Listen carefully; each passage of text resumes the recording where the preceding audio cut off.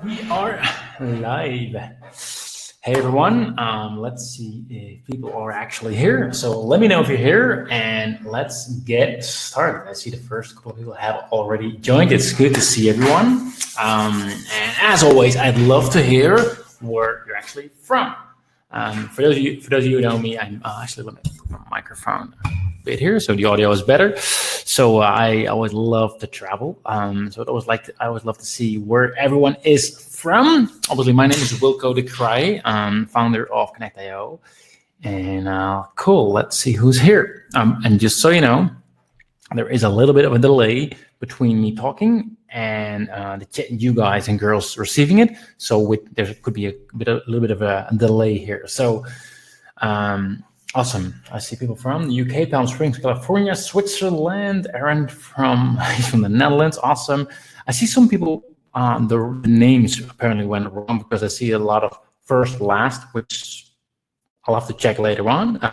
But anyway, I see a lot of people: Mexico, Atlanta, Dubai, Brighton, UK, South Africa, USA, originally from South Africa, San Diego. You guys have the best weather, right? Trishka from South Africa, Bangladesh, Estonia, Monaco, Australia, Byron Bay. Oh, I love Byron Bay. Been there a couple times. I lived in Australia a couple times for a 6 months period. Best ever. Kenya, Spain, UK, Belfast, Germany, Carolina, Florida, Austria, Italy, New York, we got people from all over the world. Philippines, Austin, LA, Ahoy. Hey, all right, let's get started. Let me just share my screen because I always like to just dive into everything right away. So where is it? So, oops, that's not what I was meant. You should all be seeing my screen right now, if I'm not mistaken. And today, what we're going to talk about is the content funnel blueprint. And I know some of you will be wondering what today's training is all about and why we're even doing this training. And let me actually go into that first. So first of all, why are we here today? Right? I want to dive into that so that we all know what is going on here, right? Because I believe that we all have a message that we're trying to get into the world. And I'd actually love to hear what that is from you. Like there is probably something that you're trying to sell or something that you're trying to get clients from. I'd love it if you could let me know in the chat right now, because I want this to be more like an interactive kind of training. So please do let me know where you're what kind of business you have or what you're trying to get clients for. So I also have a bit of an idea, what everyone's into, and I can take that into account during the training. And I also believe that we all have a why as well, the reason why we try to sell that thing. And even if you don't know that yet, there's been many years where I didn't really know my why. I felt there was a deeper reason, but I didn't truly know, right? Like when you get started with an online business, you may think oh, my why is, just to make money or just to get out of my job or to provide for my family. But usually there's a bigger why.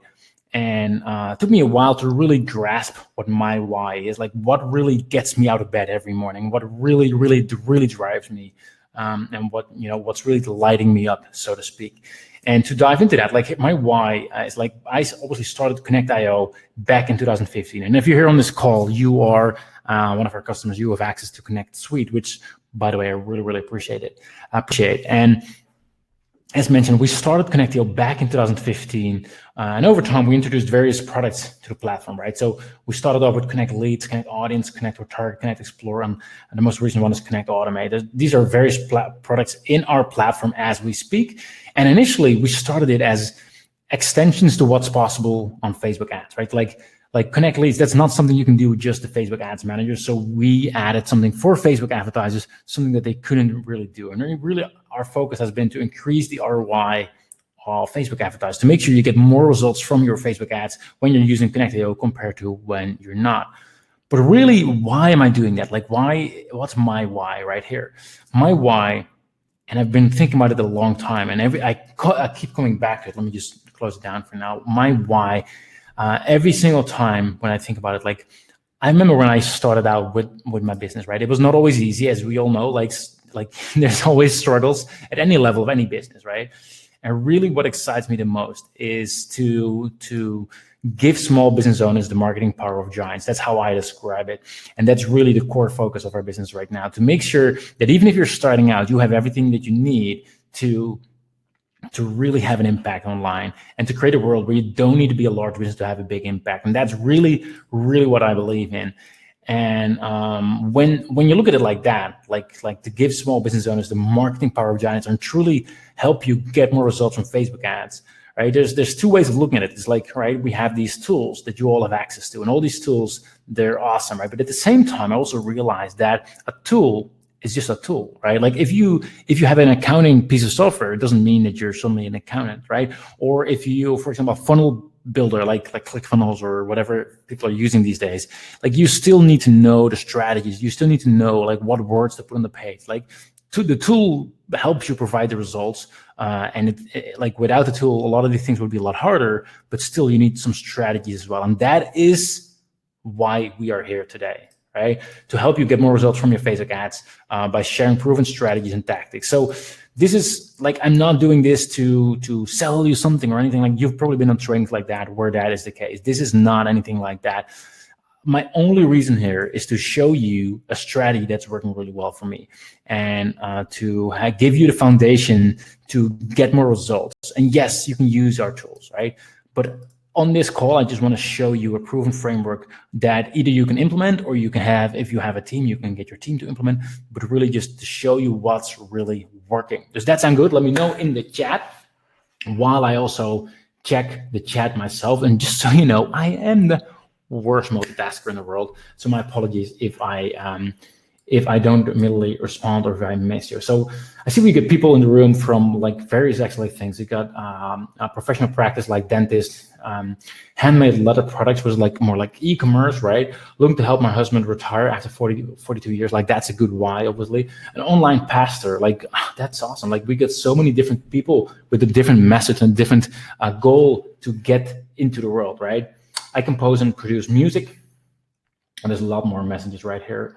And someone's actually asking, how do you change your name from first last? Honestly, I do not know. I'm actually curious why that is the case, why a lot of people are quote unquote call the name in the chat shows as first last. I don't know why that is. It must be a webinar jam thing. I'll get that checked after. For now, unfortunately, I don't know. But yeah, a lot of people in the room are like different kind of businesses. But at the end of the day, we all have a message that we want to get into the world. And obviously, we want to do that in a profitable way, right?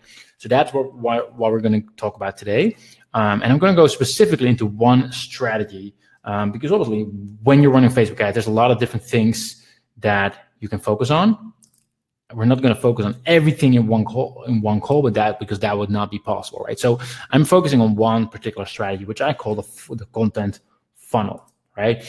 And let me just zoom in on that part. The content funnel blueprint, right?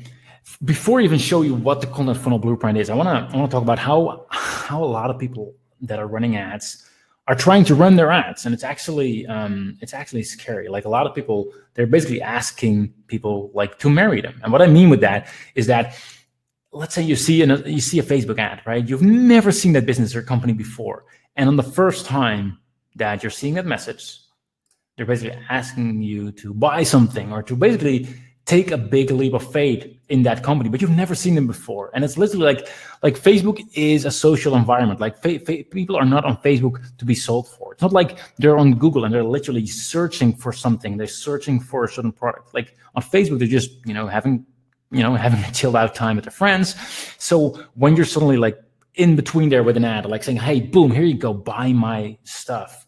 That is not that's not a good business practice, right? So, because people don't get married on the first day, right? Like it's really about nurturing the relationship. So instead of just having an ad and immediately try to sell them something, let's go for something else, obviously. Now, I do want to say, like, there are tons of cases out there that do this in a profitable way. Like I'm not saying it's not working.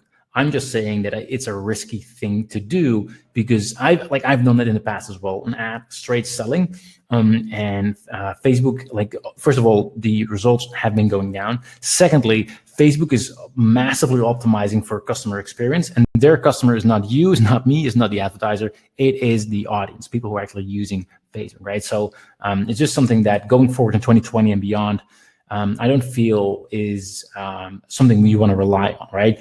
So this is how a lot of people do it, right? They target people who've never heard of them before and ask the world from them. Now, what's the solution? It's obviously to get people to know, like people buy from those who know, like, and trust them, right? So how do we do that? We provide value first, right? Seems obvious, but how do we really do that? How do we actually provide value? Well, the best way to get people to know, like, and trust you is obviously valuable content. Like before someone actually saw anything from you, like if the first thing they see is actually content that in one shape or way or form provides value to them, they're going to know, like, and trust you more. And not only are they going to be more likely to then become a customer of you, they're going to be better customers of you as well. Now, got a quick question for you from all of you people here.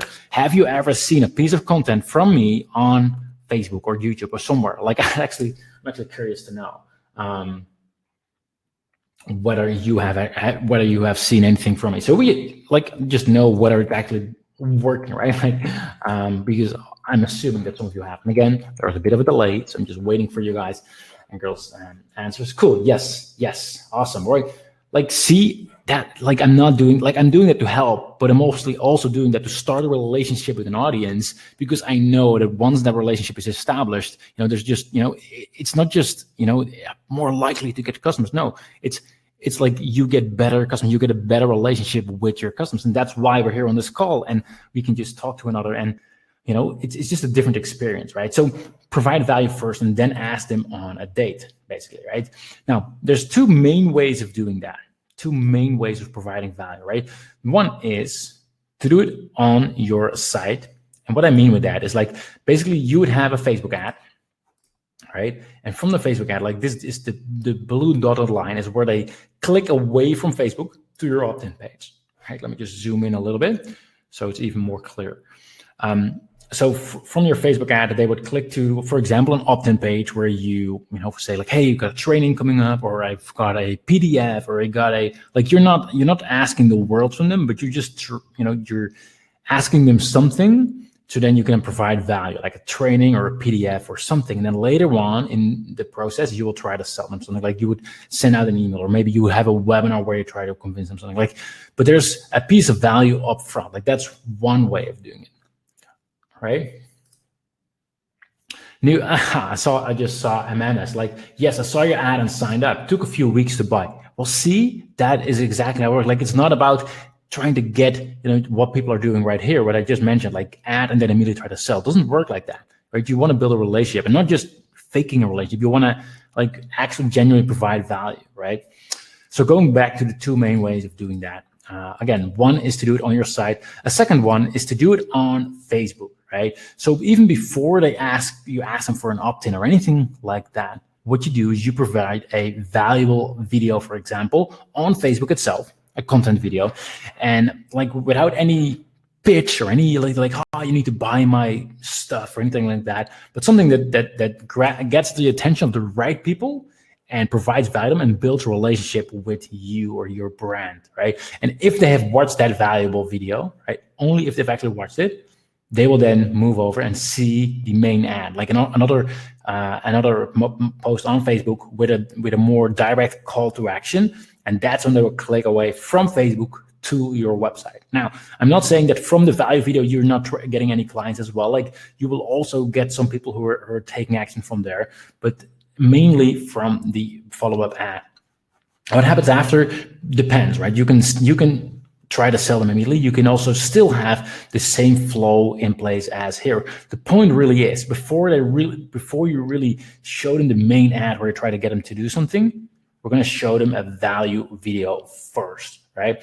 And that's something that we've been doing very well, and we are getting a super good ROI on that, because not only are these people, like, they already know, like, and trust you before they see your actual Facebook ad, but again, like that increases conversions, right? But at the same time, you also get better customers as well. That's what we found in our data so far. Now I want to go.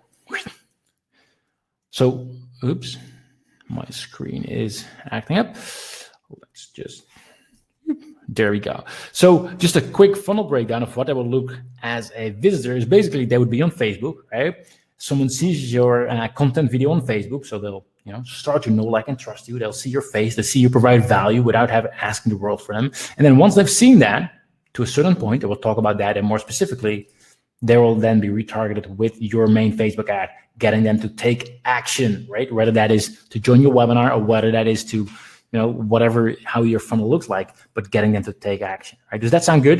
Seems like a logical flow, right? Because that's what I want to dive into today. And really the action steps are, and we're going to go in detail into all these three, is first of all the content creation. Like what content do you actually create? How do you come up with the ideas? What do you actually say? How do you record it? All that. The publishing and promotion, we're going to talk about that as well, and then the retargeting as well. Those are basically the three action steps in the content funnel blueprint. Sounds good? And someone's asking which tool we're using right now. It is called MindNode. That is what I'm using for these this mind map, right? So we're going to dive into the funnel content funnel blueprint. I'm going to go in depth about content creation, right? There's a lot of stuff to go over there. Publishing and promotion, retargeting, and obviously there will be questions as well. And quickly before I dive into the three content pieces, I want to do a quick recap, right? Because I realized that some of you, you've been using Connect Suite for a while, right? Let me just zoom in. Some of you have used Connect Suite for a while others you have just joined, right? We just did a special $1 trial to get more people to experience what Connectio really is. And I want to make sure that you at least know what all the different tools are, because I can totally imagine if you just got started with Connectio, there's all these different tools, and you're like, what is each tool doing, right? Because in the platform there's multiple tools. Each tool is basically like a whole tool on itself. So I'm going to do a quick recap, so if I mention any of the tools later on in this training, you know what is what. So I'm actually curious which of the tools that you have been using so far. Let me know in the chat, because it will be good to get a bit of an idea of where everyone's at. If most of you are brand new to Connect Suite or whether you've been using it.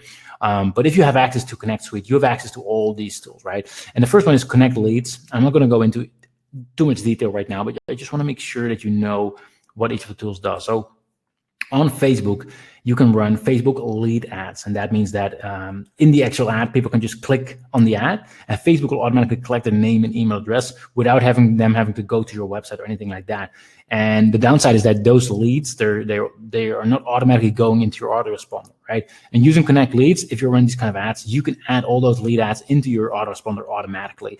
And what a lot of people don't know is that actually we have a real cool feature that it makes sure that all the leads always go through. If you use Zapier, if there's any issue with your connection, Zapier doesn't actually catch up later on, as far as I know. We have actually two ways of collecting the leads. One is instantly, and that will always get all the leads in any normal situation. But let's say Facebook has any kind of a hiccup or any downtime or anything like that, right? Every 12 hours, we do an extra collection of all the leads, right? And we actually cross-reference that. And if Facebook had an issue and some leads were actually missed, we still add them to your autoresponder. So that's pretty cool. Anyway, so if you are using Facebook lead ads, Connect Leads is the way to do it. Right. Another tool we have that you have access to is called Connect Audience. And this is for those who are creating custom audiences based on your email list, right? So let's say you're using an email list and you have a list of people on your autoresponder. You can easily create a custom audience for everyone, for example, who's on your customer list. Or if you send out an email, depending on which autoresponder you use, you can create a custom audience from people like, hey, all the people who have received this email. So you can then run ads specifically to those people and will be automatically updated every 24 hours. So that is called Connect Audience.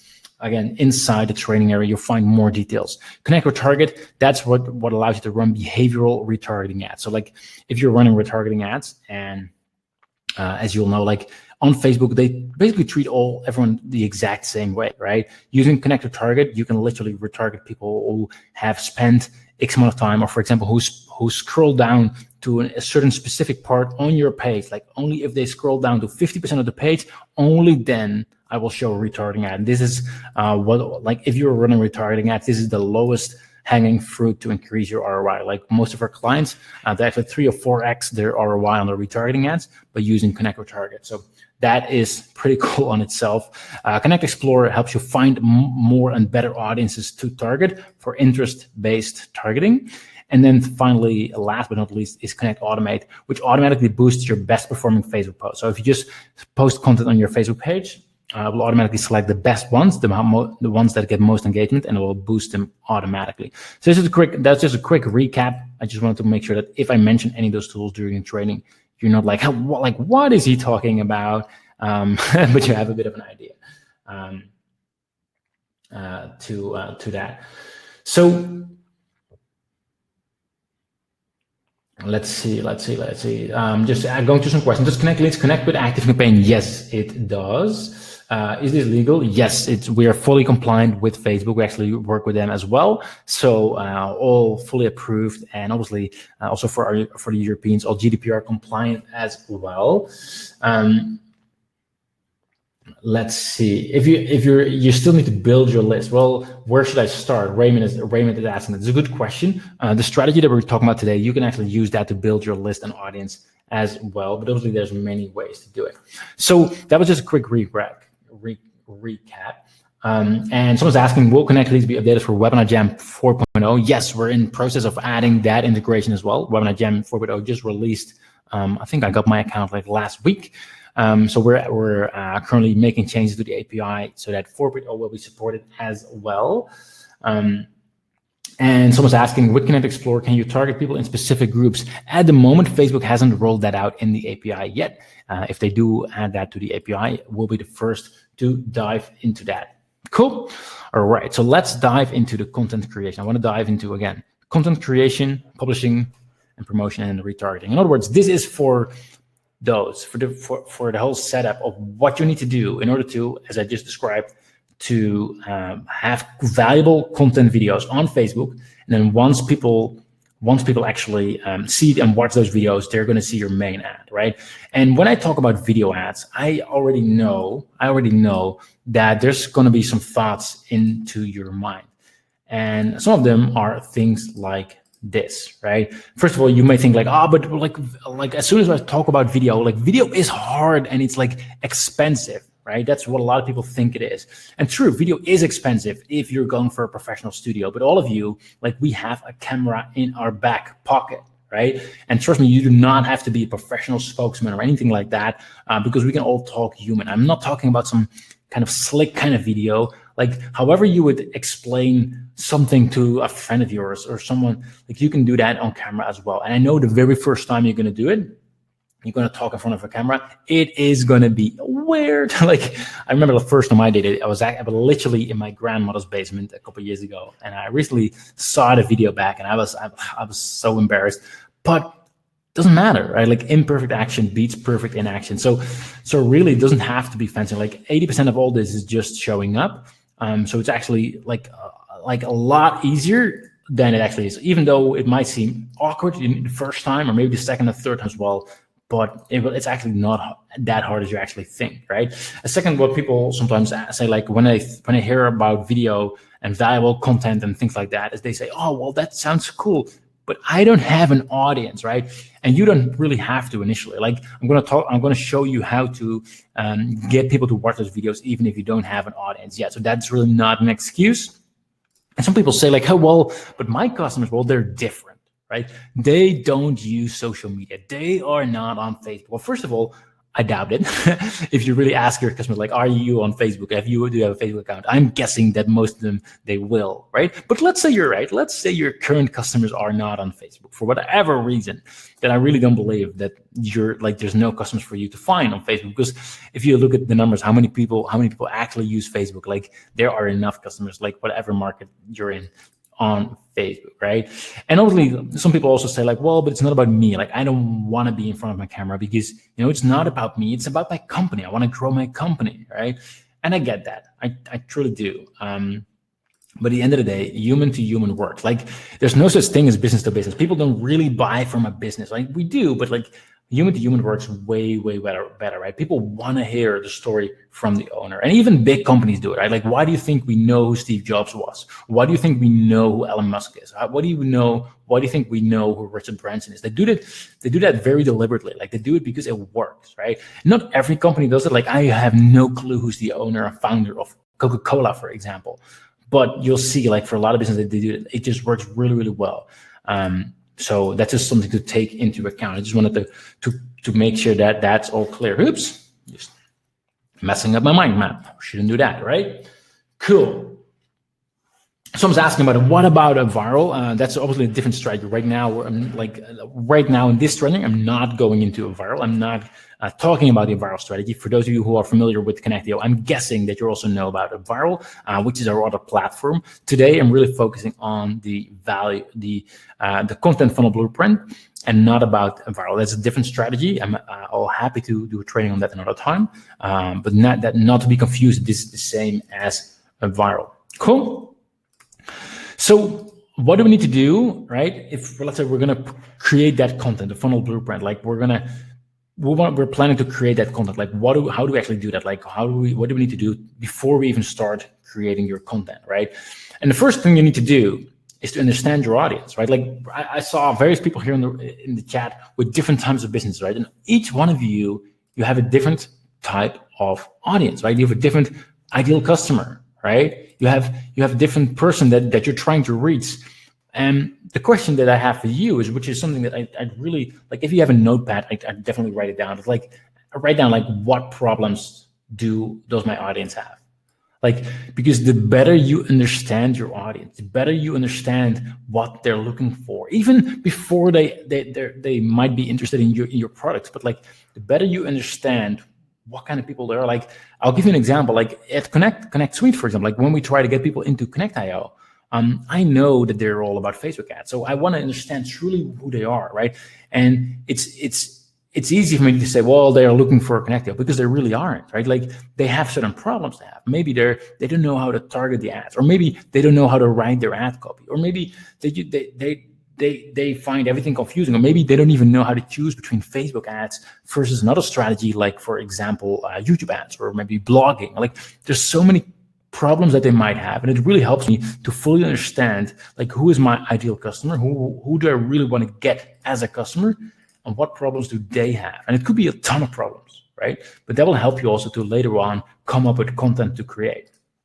Another thing that I want you to realize is a bit more theory, but it's just good marketing knowledge, is the stages of the customer journey, because it's very unlikely that your customer is going to see your ad or your content and they're going to go like, yes, that's exactly what I want. That's exactly what I need. That's not going to happen, right? Like, right now, I'm actually, we're looking at new cars, right? Because my wife's pregnant, so she's due for our first in a few months. And obviously, because of that, we need a family car. As much as I hate to admit it, we need a family car. It's not like I'm just going into the shop and I'm just going to, buy one. Like, no chance, right? I go to the actual customer journey. First of all, we all start at awareness, right? We're more aware that we have a problem. We don't know yet how to solve it, but like, it starts with like, I have a problem. Like, I need more space for the kid, right? Like, or my ad targeting is off, or at some point they start to be aware of the problem, right? And we can help people be more aware of the problem, because sometimes they don't know it yet, right? Like, I'll give you some more examples later on. And then once we're more aware, right, then we're like, we're actually we're gonna consider our options. Like, we're gonna actually look, how can we actually solve that problem? All right, maybe I should have a car, right? Like a new car, like a family car. I start to be more interested. And at some point, we're like hyper aware about that one car and better competitors. Like, right now, I'm in that phase. Like, I know exactly like which of the couple of cars I'm considering. Like, I'm hyper aware. Like, I'm near to that end, like, but it went through that customer journey. And obviously, every product is like a different length. Like, some of these have like a very short window. Like, people go from awareness to consideration to purchase really quick. And for some, it's actually slower, right? And the reason why I want you to understand it is because if all your marketing is just targeted at those people who already know about you and your product, like, that's really hard to scale, right? If you get people's attention right here with content, right? And you make them aware of the product, like then it will become easier. And I'll give you an example. Let's say, thanks for all the congrats messages, by the way. I really appreciate that.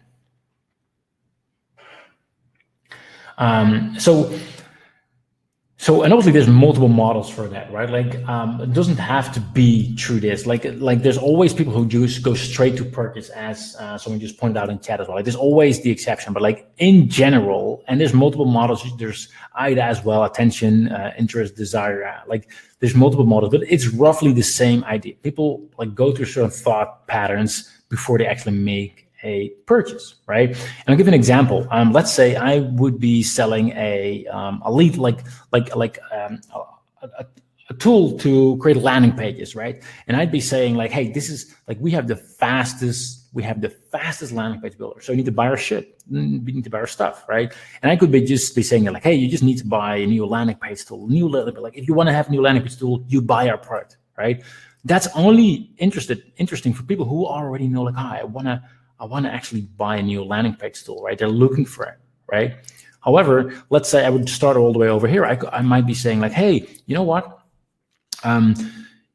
You want to learn how to improve your conversions, right? And it will be a content video, right? Learn how to improve your conversions. And in that content video, I'll be teaching people like, hey, one of the fastest ways to improve your conversions on your website is to make sure you have a fast page, like it loads really, really fast. Because on mobile, like every second of loading time, it will lower conversions by something like 7%, right? So now all of a sudden, I'm actually making them aware of a new problem. Like, wow, my landing page builder is actually slow, right? It's actually slow, right? And then in that video, I'll be saying like, well, but you know what? Like, there's a way to solve it, because then you can also write in that same video, go slide it to consideration as well, right?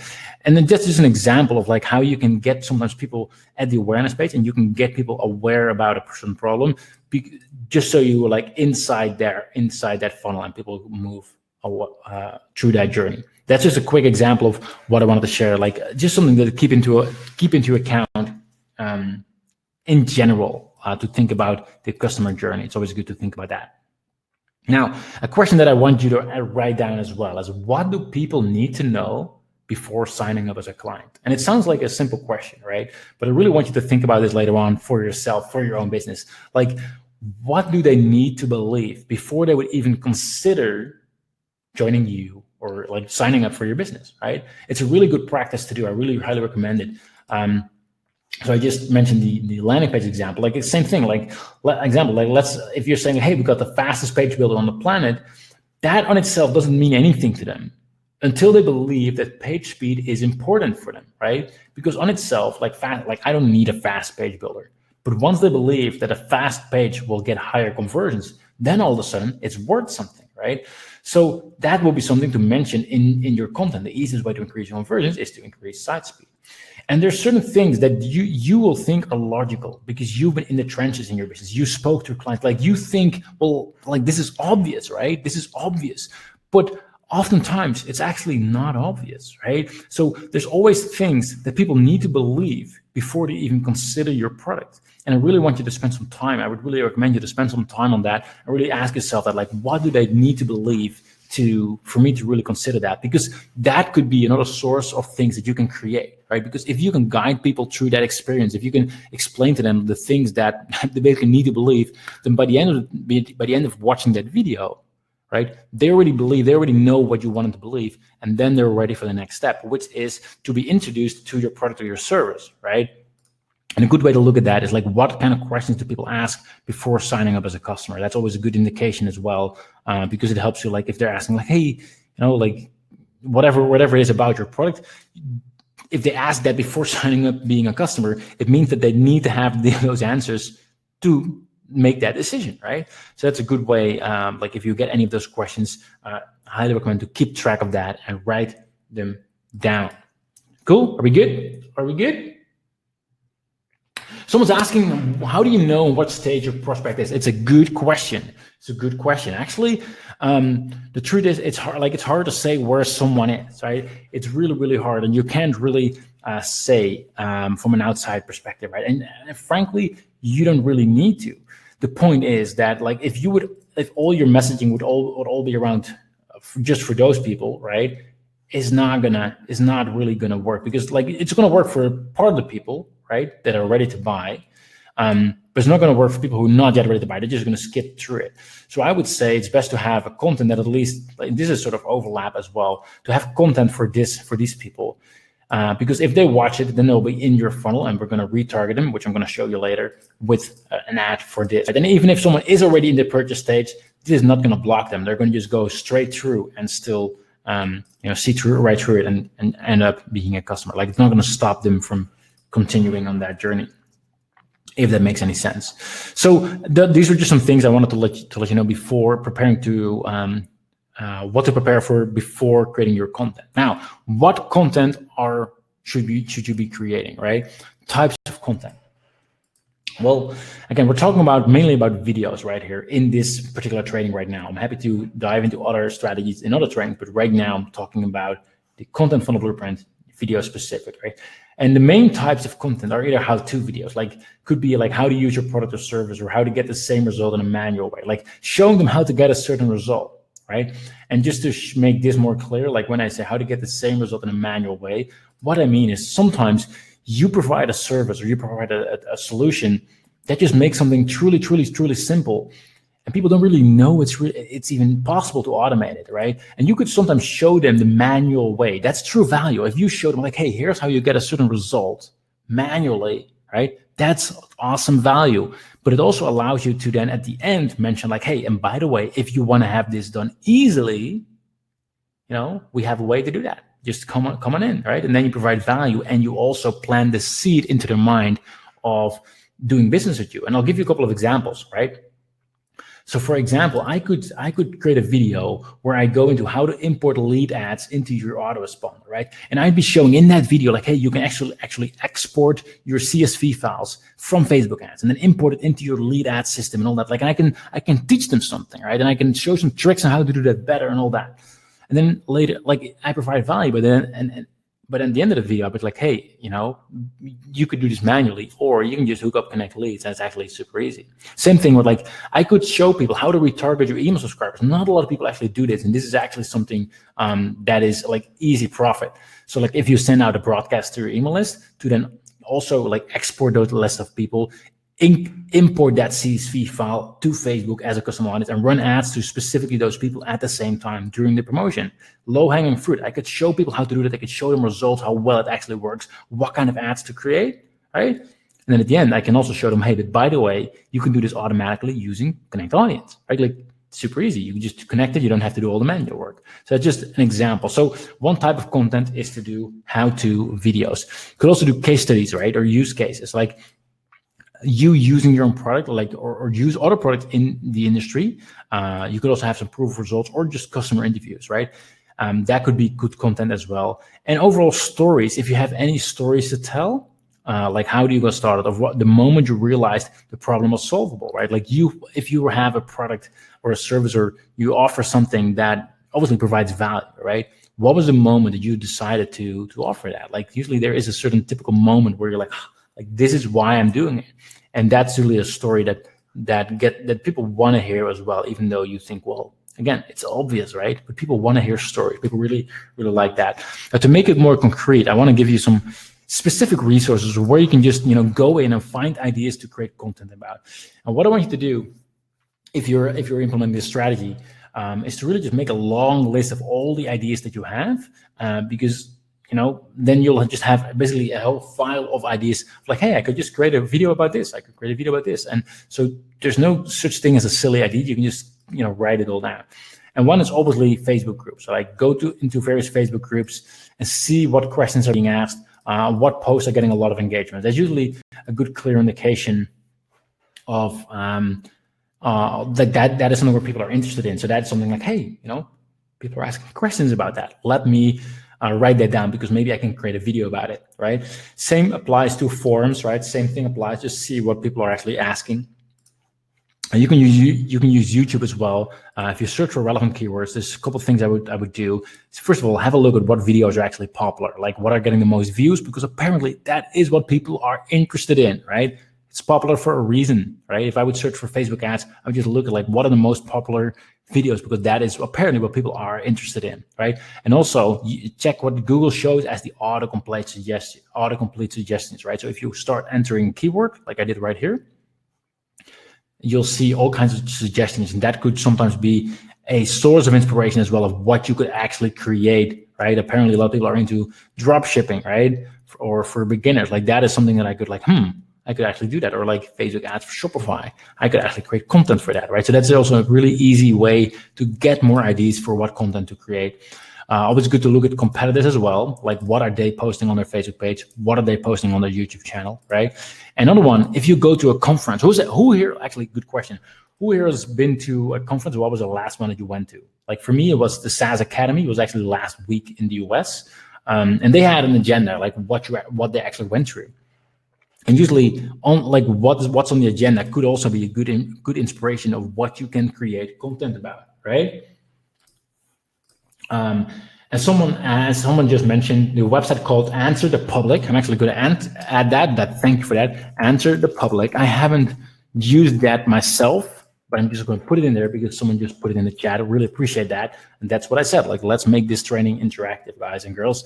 So Answer the Public apparently is a good resource as well.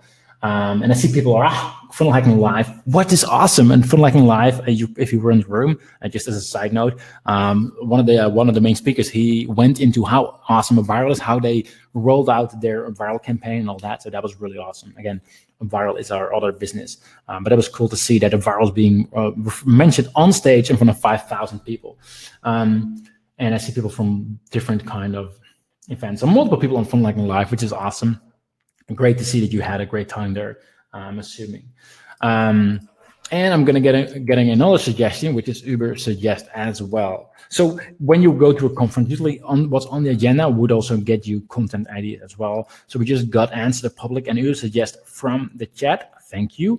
And obviously just plain Google search, like search for relevant keywords. What autocomplete suggestions do you see? Same as what I just showed you on YouTube. It's always a good source of inspiration as well. And obviously your own audience, like what kind of emails do you get? Like what are people asking? What questions do people ask before becoming a customer?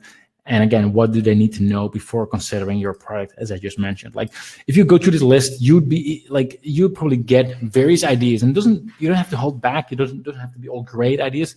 Just write it down. If you have an idea, like just write it down. And here's two really good additional resources, and I'll make sure this whole mind map will be in the Connectio dashboard inside the members area, inside the learning center, I have to say, within a few days, including these links. You can actually click to them as well, right? So these are good posts to get more ideas on like what to actually create content about, right? And based on this, if you go through all this, these lists and these resources, you should definitely be able to get a list of things that you could create content about, right? Now, once you have a list of ideas, what you can create content about, like how do you actually record videos? So again, there's this thing that people find it very scary and all that. But again, like the most important thing is your phone. Like I shoot a lot of my videos just on my iPhone right here, right? And like any type of phone these days works, so don't need to go fancy. If you want to record your screen, I highly recommend ScreenFlow. It's my go-to app. I really like it. It's easy to use, and you can use that for editing as well. What I do recommend if you're shooting a video with your phone, and go for a room with curtains, because that really softens the echo, right? Like for example, in the room where I'm currently at, unfortunately, there's no curtains, and that's why there's a bit more echo and a bit more noise in the audio. So try to go for a room with curtains, and also natural light, right? Like usually if I'm on my phone, I just make sure I'm right behind a window, because that way you don't need to get lights or anything fancy like that. Like literally your phone is everything. Now, if you want to go slightly more fancy, I would say, or like slightly more options, the microphone I often use is the Rode SmartLav Plus. It's like, I'm not sure of the exact price, but it's around $30-ish, and it actually plugs right into your phone. And if you want to go a little bit more fancy, you can even get a stabilizer, like the DJI Osmo Mobile. That makes sure that it's less shaky and it just looks a little bit better. And if you want to go even more fancier, lights. And I couldn't give you specific recommendations because my lights are the cheapest ones I've ever found, and I bought them like 10 years ago or so, like super cheap, like nothing fancy at all. But that's really all you need to get started to record videos. Cool.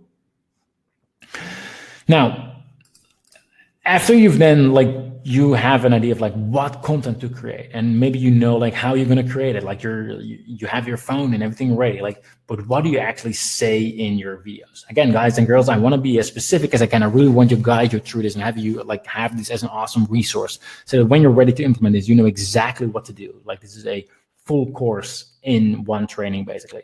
So what do you actually say in your videos, right? First of all, do not overthink it. I've been there in the past. I've been overthinking it, and I was like, oh, it needs to be perfect. And I kid you not, I've had videos that I had to redo over 30 times. That's not an exaggeration. Over 30 times, because I thought I had to be perfect. Right now, I just realized that imperfect action beats perfect inaction. I just, if I make a mistake, so be it. And actually, what I found is actually interesting. Maybe some of you have been here as well. A while back, I did a live training.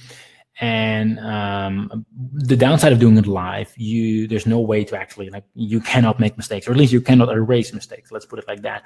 And I made some mistakes. I was stumbling over words because obviously I'm not a native English speaker. I'm English is not my first language, so I was stumbling over words. It was something like blah blah blah, didn't work out at all. I'm not sure what I was saying, and I felt embarrassed, right? And afterwards, I spoke to various people who were on the call, and they said, well, no, that was actually the best part, because it showed it was actually you. It's not some perfect version of you. You're just human, And people really connect with that, actually, as it turns out. So even if you do make mistakes, it really doesn't matter. So that's really something I wanted to add in there, right? Now, to go back to what do you actually say in your videos, right? I actually have an outline that I try to use for a lot of my content videos. And it's not easy, it's not hard, but it works really, really well, right? And the first thing I do, let me just focus in on that. Boom.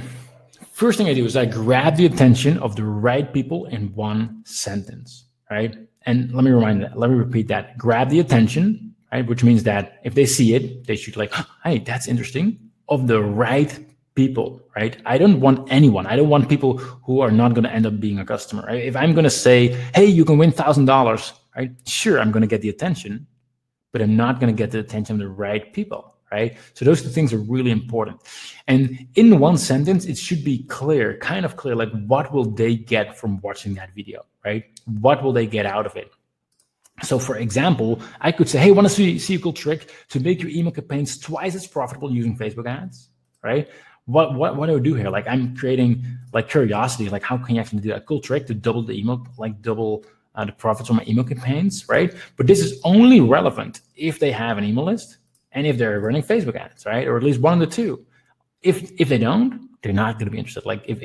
If my mom would see this, right, she would be well, that's not for me. I don't know what Facebook ads are. It doesn't grab her attention, right? So this grabs the attention of the right people, right? As an example.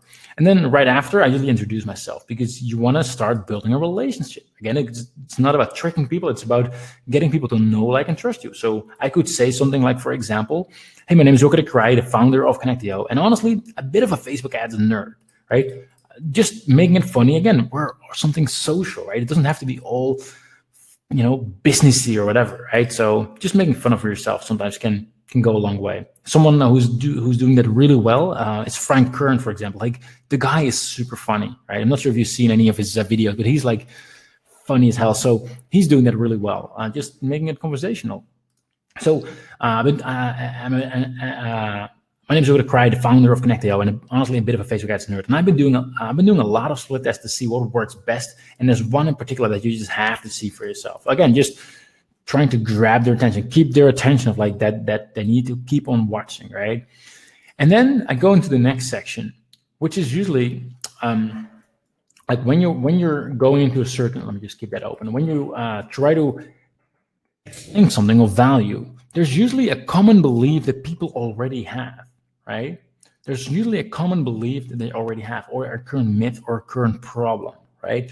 And that's usually what I start out with. What do they currently believe that you're going to prove is wrong, right? Because I could just say, hey, want to see a cool trick? My name is Joke de Kraai, and then right away go into teaching mode. Right away, let's say this would be on the top. I would say like, hey, just all you need to do is like click here, click here, click here. But they're not really invested in it, right? Because like, oh, like that's like cool. But instead, I always go first of what they currently believe, right? So I could say something like many advertisers already know that it works really well to run ads to some kind of an opt-in page. So you can stay in touch with those leads going forward. But once people are on your list, they seem to stop running ads to those people. And maybe they'll run retargeting ad for a few days, but that's pretty much it. And it's costing them a lot. And maybe this is even too long, actually. But I could say something like, most advertisers, they stop running ads to their existing email list. And they may think that, well, yeah, that's what I do because it's a good idea, right? No, that's actually the worst idea. Like, it's more profitable to keep running ads to those people. And if this is not a good example, like, let me just think of something else which might be more clear. Let's see. So, all right, cool. Another example, right? Let's say you have that page builder tool that I said, and it's the fastest in the world, right? And let's say I want to create a piece of content that will grab the attention. Like, hey, I'm going to show you how to improve your conversions by 28% without changing anything on the page, right? It's like, how do you do that, right? Hey, my name is Cry, blah, blah, blah. And then the current belief could be like, hey, you probably think that in order to improve your conversions, you'll need to change the copy or need to be some kind of wizard to do that, or split testing or anything like that. Well, there's actually a way without changing the copy, without running split tests or anything like that, to immediately improve the conversions, right? Like, that's their current belief, like, and you're going against it.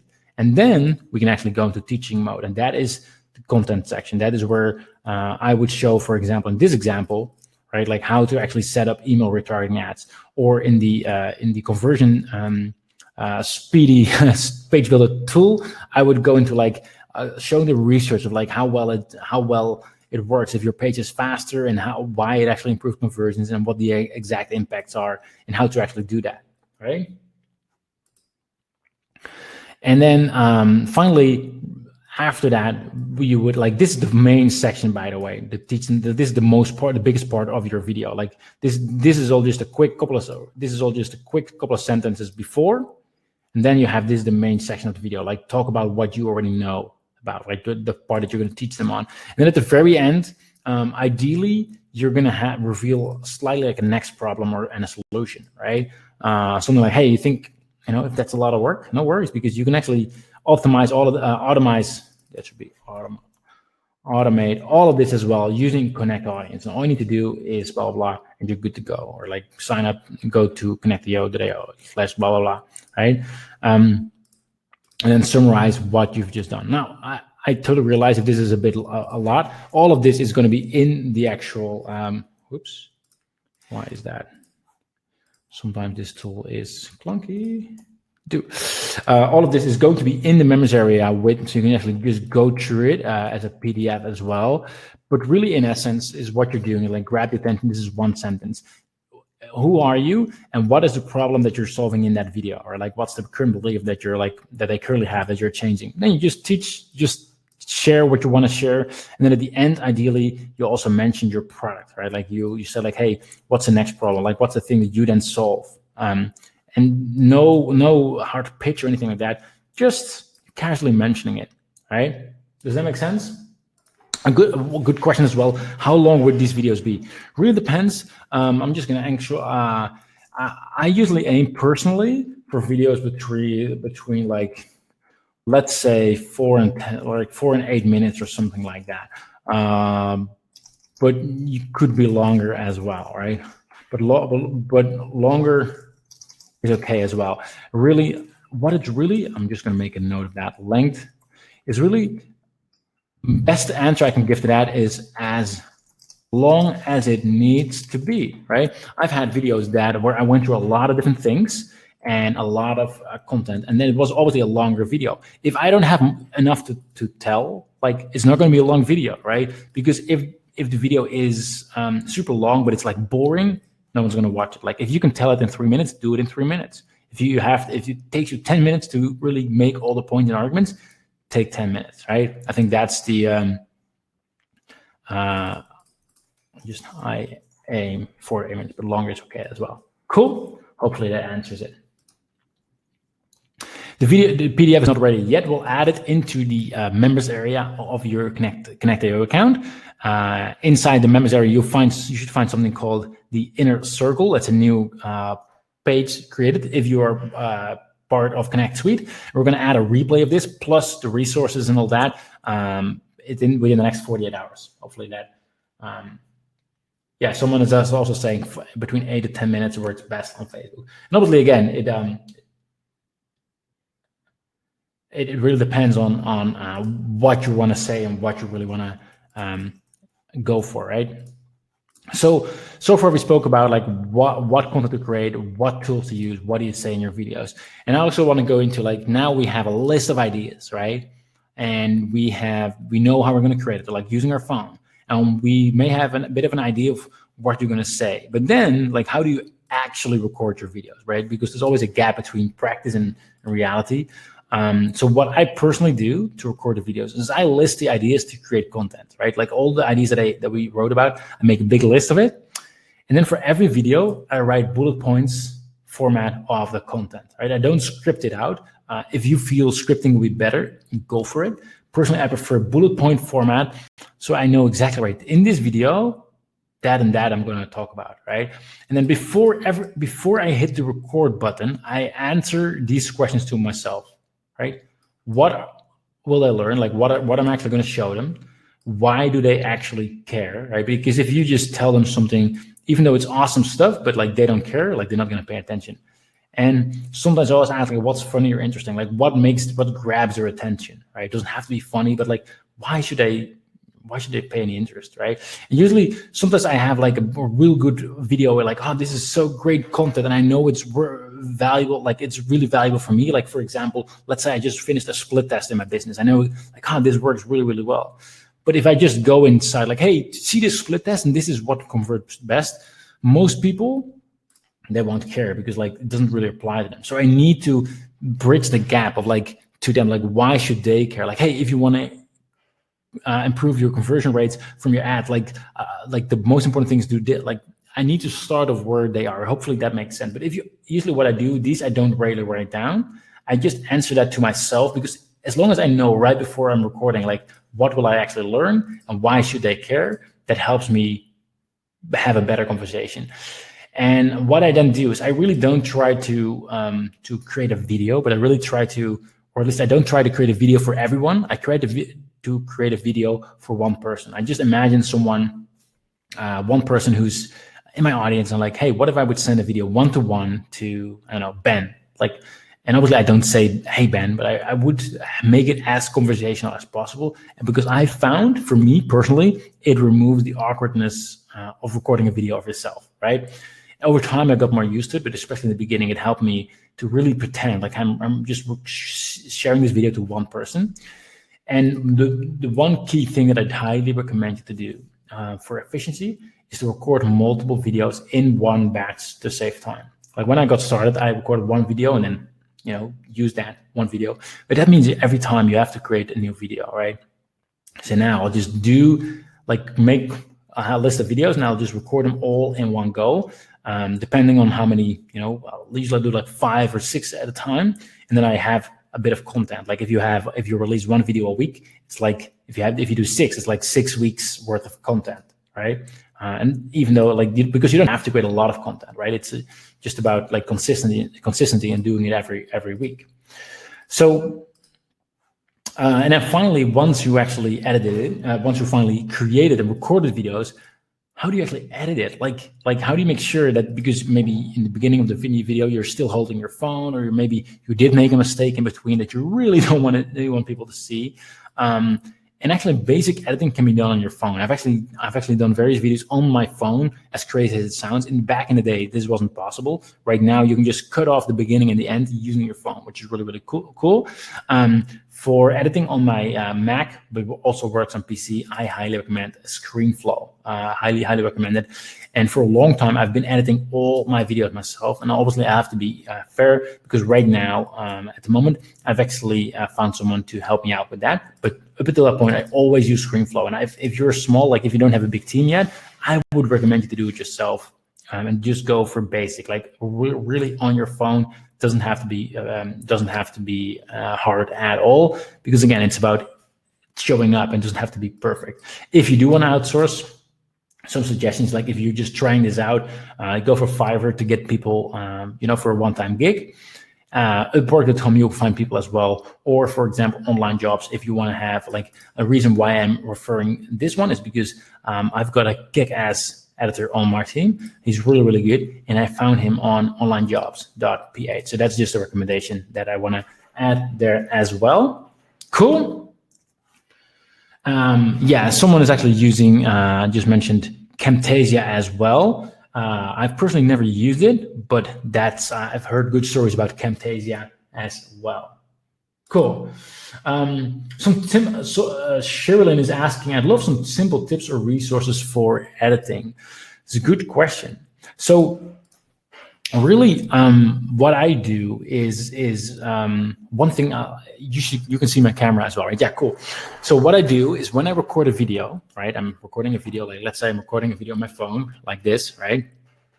And then I make a mistake, right? I don't immediately keep on talking, because then later on it's going to be hard to find where the mistake is. So what I actually do is I make a mistake and I hold my hand over my camera just for a moment, right?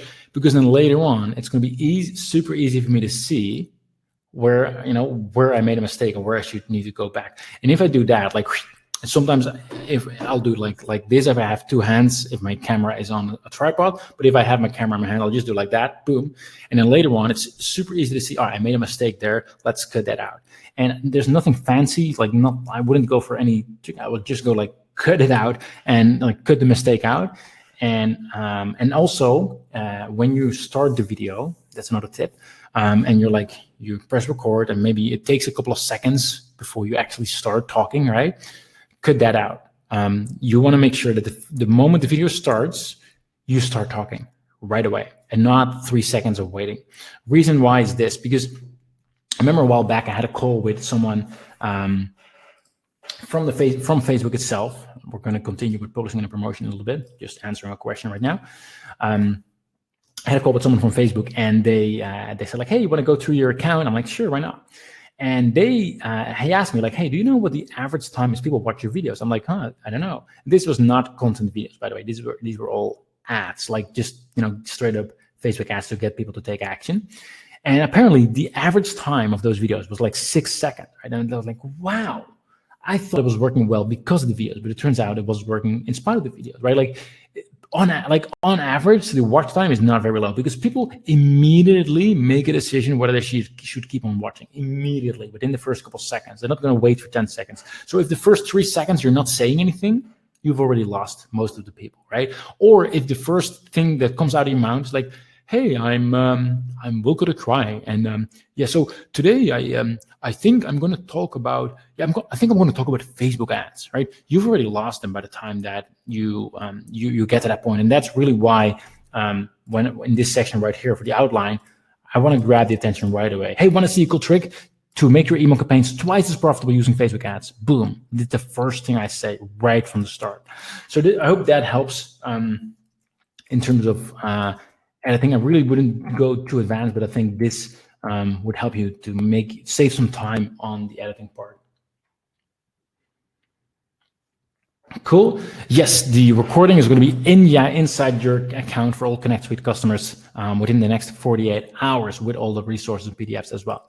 So once we've created our content, right, we edited the videos, you can go to the next phase, which is publishing and promotion, right? Posting it on our Facebook page as content, right? And the most important thing is consistency. So don't overdo it, right? If you're watching all this and you're like, wow, this is the most amazing thing ever, I should record a bunch of videos and post it all on Facebook. And what you're gonna do is post 4 videos over a time of a week. That's not what I would recommend, right? It's better to drip them out, for example, 1 per week, right? And just be consistent, because this is definitely something that will help you get results, but it's even more so, it's going to help you create long-term results for your business. Even in the beginning of this chat, some of you said hey, I've seen your content. took me a couple of weeks to show up, right? To become a customer. And I've had it where people they see the content and they send an email later on, like a year and a half later, like I've been following you for over a year, and I just, now the time was right. And it's just really important to do it consistently. I don't just see it as a one night show or like one time thing, but it's something that we're really it's going to help your Facebook ads, right? But it's also going to help your brand and just be perceived as the expert in your market. So I would highly recommend just go for like one video per week to make it doable, and you can keep doing it consistently. Now, what do you do with your videos exactly, right? For most people, I would just recommend phase one, right? Not go too fancy. What you do is just publish your videos on Facebook and YouTube. Why those two? Because those two are the biggest platforms, right? That's really what I recommend. Like nothing fancy, not just, again, don't overcomplicate it. Just go with the flow, I would say. But after that, like let's say you create more content and you create content and you've been publishing it on Facebook and YouTube, and you want to get more results from the same content, and perhaps you even have a team in place to help you with certain things, then you can also start leveraging content in multiple ways, which is what I call phase two. Again, I would not start with this, right? Just to be very clear. And just to give you some ideas, what phase two could be, it could mean that you get your videos transcribed and then turn into a blog post, right? You get someone to write a blog post out of it. So now you created the video, but it's being turned into a blog post as well. You can also get your team to cut it down into smaller pieces for specific platforms. So for example, like small snippets of like 30 or 60-second videos, which are being posted on Instagram, right? Or for example, get some quotes from your videos and create image quotes and post those on your Facebook page. Like again, this is not something what I would recommend right away. These are just ways to make sure the content that you're creating gets more valuable over time. This is something that you can add in later on if you want to.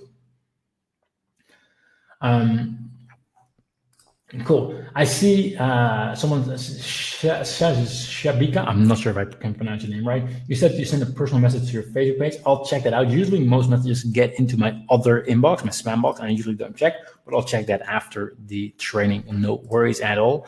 Probably will be tomorrow, actually. Hopefully that is okay. So what to do with your videos, right? So, oops, Siri is having an opinion.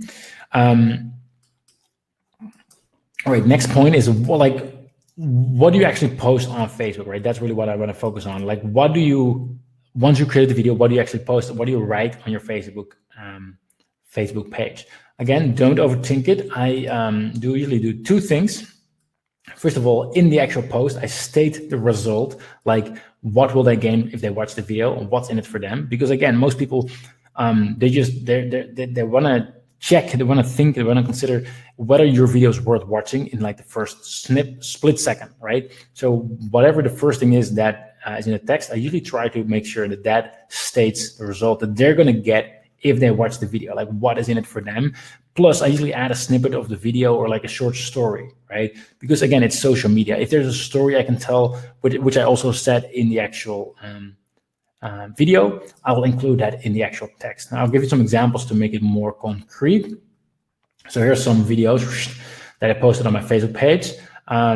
And right here, like the first thing I said, like to get to the next level in our business, we often think that we need to do the same thing over and over, right? But it's clear, like it's about leveling up in your business, right? And I tell them a little bit of a story. And you can also see the length that I usually go for, right? So one more customers, again, immediately clear what the outcome is. Of course you do, and that's exactly what you do, why you do everything you can sell more. Back when I was promoting my product, Connect Automate, I explained everything about that product. And obviously, like I'm telling them a story of what I was doing. Again, it's a social thing, right? And again, all these examples are will be in your dashboard as well. No worries at all. Getting your posts seen by your Facebook fans has become harder, right?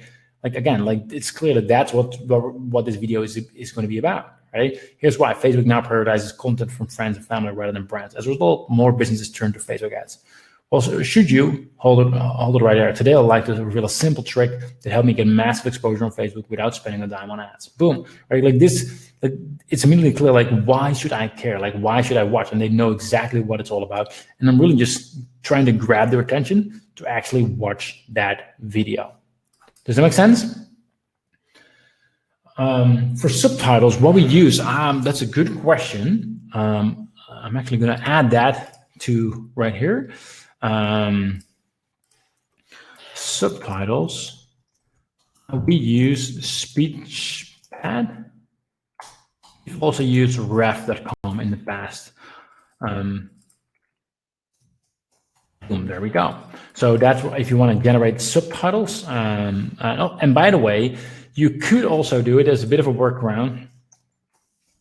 Upload to YouTube, because YouTube is pretty good with their, and then download the SRT subtitle file. So if you actually upload a video to YouTube, then YouTube will actually automatically generate a subtitle file as well. And you can just download that if you want to have the subtitle. Although it's not 100% accurate, especially with my funny Dutch accent, but you could do that as a workaround. It's not as accurate, but it's obviously cheaper, right? It's free.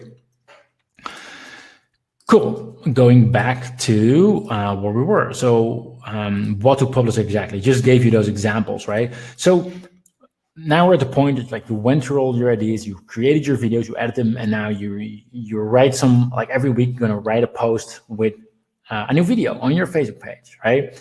And then the question is like, how do you actually get people to see those videos, right? How do we actually promote it? Let me just minimize this and go in here. How do we actually promote it? All right, that's what we're going to go into next now. Now, although there are ways to get free views, like there are things you can do to make sure people see your content for free, such as, for example, like you could leverage your existing audience, right? Like if you have an email list or you have an audience on a different social network, you can send them to your Facebook page and like, hey, watch those videos, right? I do that sometimes as well. I send out emails to my audience saying like, hey, I've recorded a video, go here on Facebook or go here on YouTube to check it out.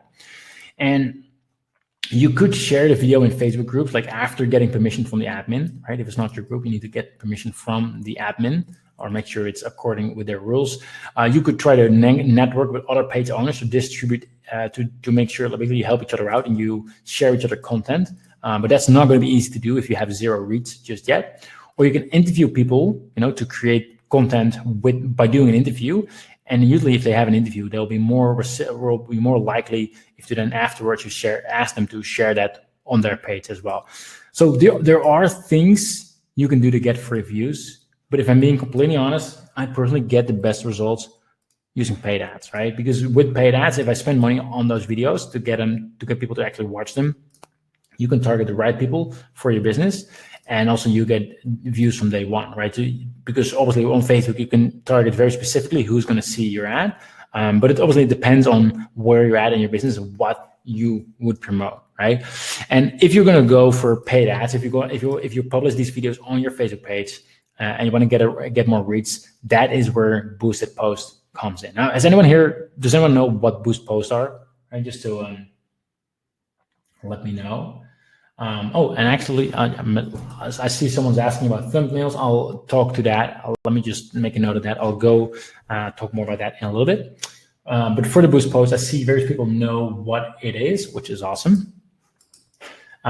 So when you post something on Facebook, for example, this video right here, boom, there's this button, boost post, right? And if you click there, you can run basically turn it into an ad, and you can spend some money in it. You can set up the targeting to see who's actually going to see your Facebook ad, and then you'll be spending some money, and in return, Facebook is going to show your video to that audience. Right now, just to real quick go into the question that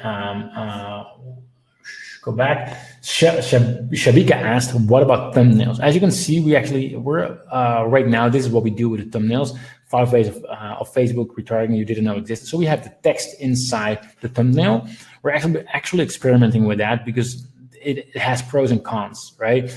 Because the pro is that it's immediately clear what they're going to get out of it. The downside is that usually Facebook, they don't like too much text. It's allowed, right?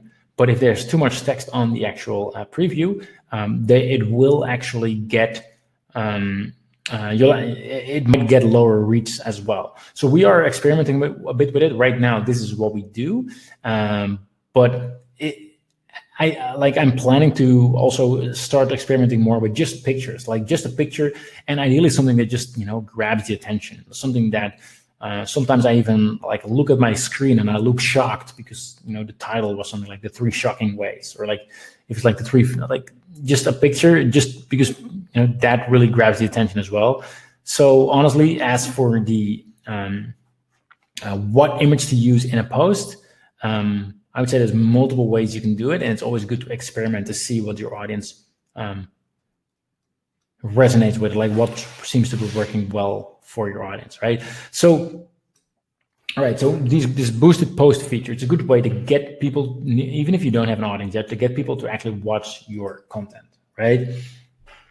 The question is like, which videos do you actually post, right? Because like I said, if you're going to create content, right? If you're going to create content, let me just zoom in into this one. Why doesn't it work? Yeah. So if you're creating content and every week you have a new video coming out, I'd be lying if I would say like, yeah, every time your audience is going to love your video. That is not going to happen, right? It's simply not going to happen, right? And Facebook, if you want to boost your post, Facebook actually rewards the videos that gets most engagement, right? If the more engagement you have, the more people comment on it. Like people, Facebook wants to see that people are enjoying your video, they're watching your video, and they are like they're commenting on it, they're liking it. Like it adds to the experience on Facebook, right? And let's be honest, not every video is going to do that, right? So my recommendation is not to just boost every video you create, right? Even though we would love to see all the videos being a success, just realistically, it's not going to happen, right? So if you already have an audience on your Facebook page, if you already have some fans, and if it doesn't have to be many, but if you have some fans, and if you start posting a video once a week, you will quickly see which ones are getting more engagement than others, right? Maybe most of the time, if you post a video, you will only get, I don't know, even if it's only 3 likes, 3 people liked it, right? And if all of a sudden you then post a video, but it gets like 10 likes and like 4 comments, which you usually don't get, it's clear that did something, like something that stood out in this video that really resonated with your audience, and it just gets more engagement, right?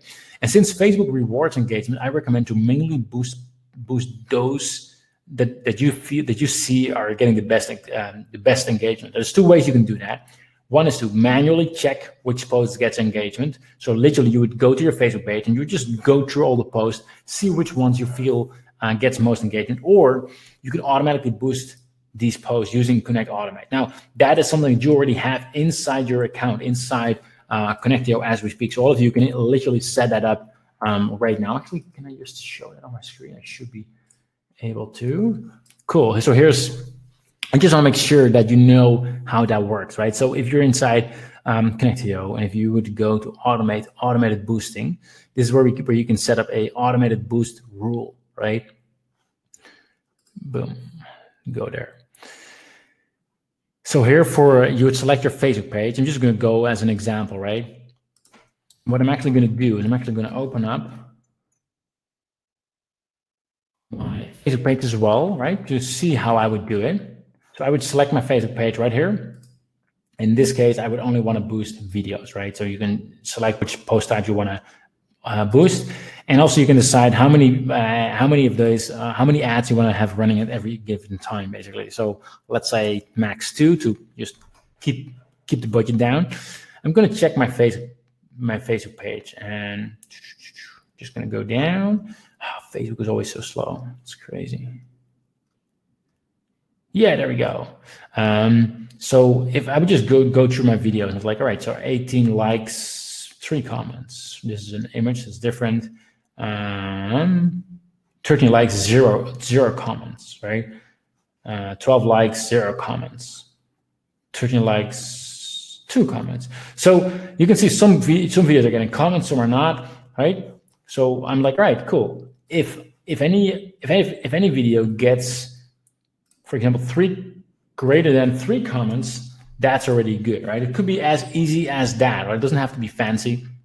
You could go fancier and say like, hey, if the like rate is more than 1%, which means that for all the videos that, if they get like 1,000 views, then there should be at least 10 likes, right? Like what's the percentage of people that like it? And I'm just going to go for like simple post comments. If it's greater than 3, I already know like, hey, that's actually getting a bit of traction and I want to spend some money on it. And for all the posts of the last 13 days, for example, I would just continue. I could create a new campaign or an existing campaign.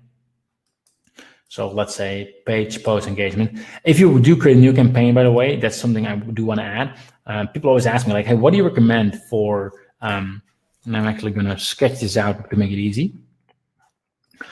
So what do you, like we're talking about this funnel right here, right? So we got a content funnel right here. This is a content video, content. And then once people see that video on the left, then we're going to retarget with the ad. We're going to talk about that in a bit. So right now we're talking about this here on the left right here. And people ask me like, what do you recommend for to set as the campaign objective? I would either recommend post engagement or video views. We've been getting best results with those two for that particular ad, right? Because we would just want people, Facebook to make sure that people actually watch those videos. We want them to optimize for video views. Most of the time, I go for video views, right? And you just set up. You go for CBO as well.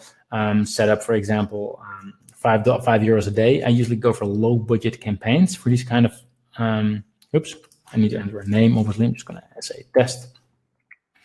You can run the ad. Usually I'll go for 7 days because I want to, first of all, see how it's doing. You can enter the name right here of the post name to make sure that you know what it's all about, content, and set up your target audience and the optimized goal, which TruePlay is the best I'd recommend. So that is, let me just move back to keep things organized. A way that you can automatically boost your post. So what's going to happen if you actually do that? So if I would go back, you just keep on posting your content on your Facebook page. As soon as there's a post in the last 30 days that gets more than 3 comments, boost Facebook, you will automatically create a Facebook ad for it, spending €5 a day for 7 days only. After 7 days, it will automatically stop, right? So that is the automated way of doing it. Again, you already have Connect Automate. You could also do it manually and just check it every day and do it yourself. Cool. Let me just go here. So how to run these boosted posts, as I mentioned, I already mentioned some of these things. First of all, testing is always key. So it's good to see what's working best for you. Like common practices do change. Again, my preference is to have a low budget campaign between $5 or $10 a day for a video, because that's usually when you get the cheapest views. I noticed that if you spend more, if you spend like $50 or $100 a day on a content video, Facebook, like the cost per view is going up as well, right? So if you have a low budget campaign, that's actually, you get the cheapest views possible in my experience, right? And again, usually I run boosted posts on the videos that get more comments than average, like, get more engagement, and usually run it for a week or so. And then afterwards, if it turns out to work well, I can keep running it, but initially for a week. And I use the video views or the post engagement objective. Most of the time, the video views objective, right? And actually, like when I was putting together this training, I was like, all right, I would love to go into targeting, but that is something I can talk also again an hour on. So I'm purposely leaving the targeting of this ad out of it for now. Let's delete that for another training, because I want to make sure that I rather cover things in depth and make sure you fully understand than to quickly go over this and like leaving you hanging, basically. So let's do that in a separate training for you guys and girls. And obviously, some of you are going to like, all right, so this sounds good and all, right? But what you just mentioned, to see if people actually already have an audience. To see if people comment on my post, or like there's likes. It only works if I already have an audience. What if you don't have an audience just yet, right? Like let's say you have 0 fans right now, right? And you're posting your Facebook videos. Obviously, no one's going to see them, right? If that is the case, then you run the manual boosted post first. So you cannot use Connect Automate yet until you have some people, because Connect Automate will assume you already have an audience on your page, and there will be some people who have liked or commented on your Facebook post, right? So up until that point, if you have 0 likes, then I highly recommend you to use the manual boosted post. So again, just like I showed you earlier, where is it? Below the actual post, you'll see this button, boost post. that's where you will click, right? And then you will set up, get more people to watch your video. You could even go as you can see right here, for €1, $1 a day. I would recommend to set it at no button, right? Reason why I would do that, so that's right here, no button. Reason why I would do that is Facebook actually, they will allow you to have cheaper views if there's no way to click out away from Facebook, right? So if you have a button right here linking to your website, then people could actually click away from Facebook. And Facebook obviously wants people to stay on Facebook because then they can sell more ads to them. So for this initial content video, I usually don't have a call to action. It's just no button. All people can do is watch the video, right? And then here you would set up your targeting. Again, we'll dive deeper into targeting in a separate training, right? So now, before we go into retarget, right? Before we do that, I actually am going to dive into the questions now because I've been talking for a bit. So I'm sure there's been some questions. Hopefully, I'm not missing any of your questions. If I do, I don't do it intentionally. Someone's asking me, like, what is a good average cost for true plays? Honestly, I'm not sure. It really depends per industry, obviously. And I think like the way I like what Frank Kern used to say, or is still saying. He usually, like back in the day when people were all on television, like that was the only way you could advertise, right? Television and radio and big events. And if you look back at what people were paying for every person, it was crazy, right? And these days we can have our ads specifically to one person, like that is super like in our market. And if we can have that person to consume our full video for like a couple of cents, or like that is insanely cheap. Like that is a massive opportunity, right? Because if they watch your video for like, half of your video, for example, that is a big thing, right? Like they see your face, they see you provide value. It's really sort of a relationship. So in your example, you say 4 to 6 cents per through play. I would say that's a good number. Again, it really depends per industry. And obviously it depends on your overall, like how well your business is doing, and like if it actually makes sense from an ROI point of view. I think that's the most important thing always. Someone's asking, do you have an affiliate program for Connectio? Yes, we do. If you go to connectio.io/affiliates, you can sign up to be an affiliate.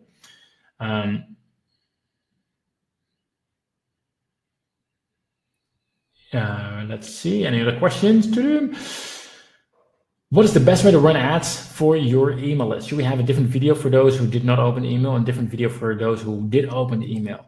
Depends on how big your email list is, right? If you have an email list which is like super big, like I don't know, 30,000 people or whatever, it can be worth it to have like separate ads. But in most cases, what I would recommend is just run the same ad to everyone, because yes, it can be better. I'm just gonna, while I'm doing video, just do it quite like that real quick. While you, even though it might be better to have separate messages for every segment of those people, but if you have one audience, Facebook is able to optimize it better, right? Because if you have like a small email list and then only for those who did open and then those who did not open, both custom audiences are going to be really small, and that's going to be harder to run proper ads to. So I would just combine them into one. No worries, someone has to go for a meeting. I appreciate you being here. Will you offer such training on a regular basis? That I'm not 100% sure of. I'll let you know at the end of this. I have a question for all of you that I would love your help on. Nothing awkward or pitchy or anything like that, by the way. What if you don't actually solve problem with your content, but you want more reservations for a restaurant? That's a good question. I'm just brainstorming right now for a restaurant. Well, actually, again, I actually do disagree. Like, you do solve a problem, right? Like, every business solves a problem. Like, for example, one of the problems you solve, and it depends on how you angle it, but you help people connect with each other, right? So, like, if like, I'm just talking about, I'm not in the restaurant business, obviously. But like, let's say right now it's February, we have Valentine's coming up. So I could be a video about, the 10 things men forget to do to at Valentine, or like the 10 crucial mistakes that I don't know, something. about Valentine, which is not even about a restaurant, but like it's about doing something, right? In that video, it's like you make clear like that the best thing to do is like, hey, make a reservation for Valentine. Like you want to surprise them, do something special, and then you, the restaurant, you have actually something going on for Valentine's, right? Because me as a guy, like I don't think about Valentine, like I really don't. Sorry, girls, but I really don't. So if I see something that grabs my attention, I'm like, oh, that's actually a good idea, right? And then the problem is added into my mind. Then I'm aware of the problem. Valentine, right? And then I go to like, I'm going into consideration. Like, all right, should I do something for my wife? Oh, maybe we should. And then like, but I've seen your content and you've planted that seed. Like, hey, going to dinner, right? That's actually a good idea. Let's do that, right? So even for something that doesn't seem educational, usually there's still things you can do to grab the attention. Because if I'm not looking for a restaurant, I might not be interested right away in saying like, hey, join, like sign up for this restaurant or make your reservation now. Like that ad wouldn't work for me. But if you have a content video right before that, it might actually work, right? And obviously it's important if you do that to focus it really closely on the geographic location for people who are really close to you, obviously. Cool. How can I connect a lead ad to be shown to a particular Facebook group? Actually, this is the last question. And then I'm going to continue, and then after we'll do more questions. Hopefully that's cool, right? Can I connect lead ad be shown to a particular Facebook group? No, you cannot show a Facebook lead ad inside a Facebook group, right? I'll get to the other questions in a little bit. I just want to continue with the actual training. Cool. To make sure that because people are always in a schedule as well. So, all right. So far we spoke about, to do a quick of a recap, how to create your content, how to come up with ideas, and then also how to actually post on your Facebook page, what to actually post on your Facebook page, and how to then promote it using a boosted post. And then finally, right, this is where what I just had right here. Right, we're going to show them with a Facebook ad, right? So like once they've watched your content video, we're not just here to like have cool content videos on your Facebook page. We want to make sure that those people actually start doing business with you, right? They end up being a customer, right? So that is where retarget comes in, right? We're going to retarget them with your main Facebook ad. So once they've seen your content, show them your ad, right? And what that ad is, like exactly how to write your ad and like what all the best practices are for that. Again, that is also a separate training. I would definitely recommend to dive deeper into that in a separate one where I can share scripts and exactly what to do, what not to do. But what I do want to go into, like what type of ads should you show them, right? Because again, when you do this, when they've just watched your content and then you're going to retarget them with an actual ad, like you still need to take the customer journey into account, right? Again, awareness, consideration, purchase. It doesn't really matter if you follow these three exact things. That's not the point. Like it's more about the mindset, right? So again, like they are aware of the problem, they're looking for a way to solve the problem, and then hyper aware about you and the competitors, right? So what does it actually mean? What does it actually mean, right? Let's say your content showed people that it's important to have a fast website, right? Same example as I just mentioned. You need to have a fast website because then you will get higher conversions, right? You show them that in a piece of content. And in that content, you also say like, hey, by the way, like if you want to have a faster landing page and to improve your conversions, just use our tool and, good to go, right? Like we do it all for you. It's super easy. So that is the piece of content, right, that you put out, and they've seen that, like, all right, they've seen your first piece of content. If you're then going to say like, hey, sign up for our tool right now, it's probably not yet going to work. They might not be there, right? I'm also not saying to drag it on tremendously, but I'm just saying it doesn't mean that they're ready to buy just yet. They've just been made aware of the problem they're having, and it might be good to ease them into it a little bit. So if they've seen that piece of content, instead of saying, sign up for our tool right now, right? Special offer, blah, blah, right? Instead of doing that, might be better to ease them a little bit into it. And it's like, hey, are you ready to increase your conversions by making your site, blah, blah, X% faster? And then you can like sign up, like, here's how easy it is to switch your existing website over to our platform, right? But like talk about the sort of the same language as you were talking about before, right? Because here, talking about improving conversions because it's faster, right? If then you just say sign up, there's a disconnect. If you say right here, you're improving your conversions because it's faster.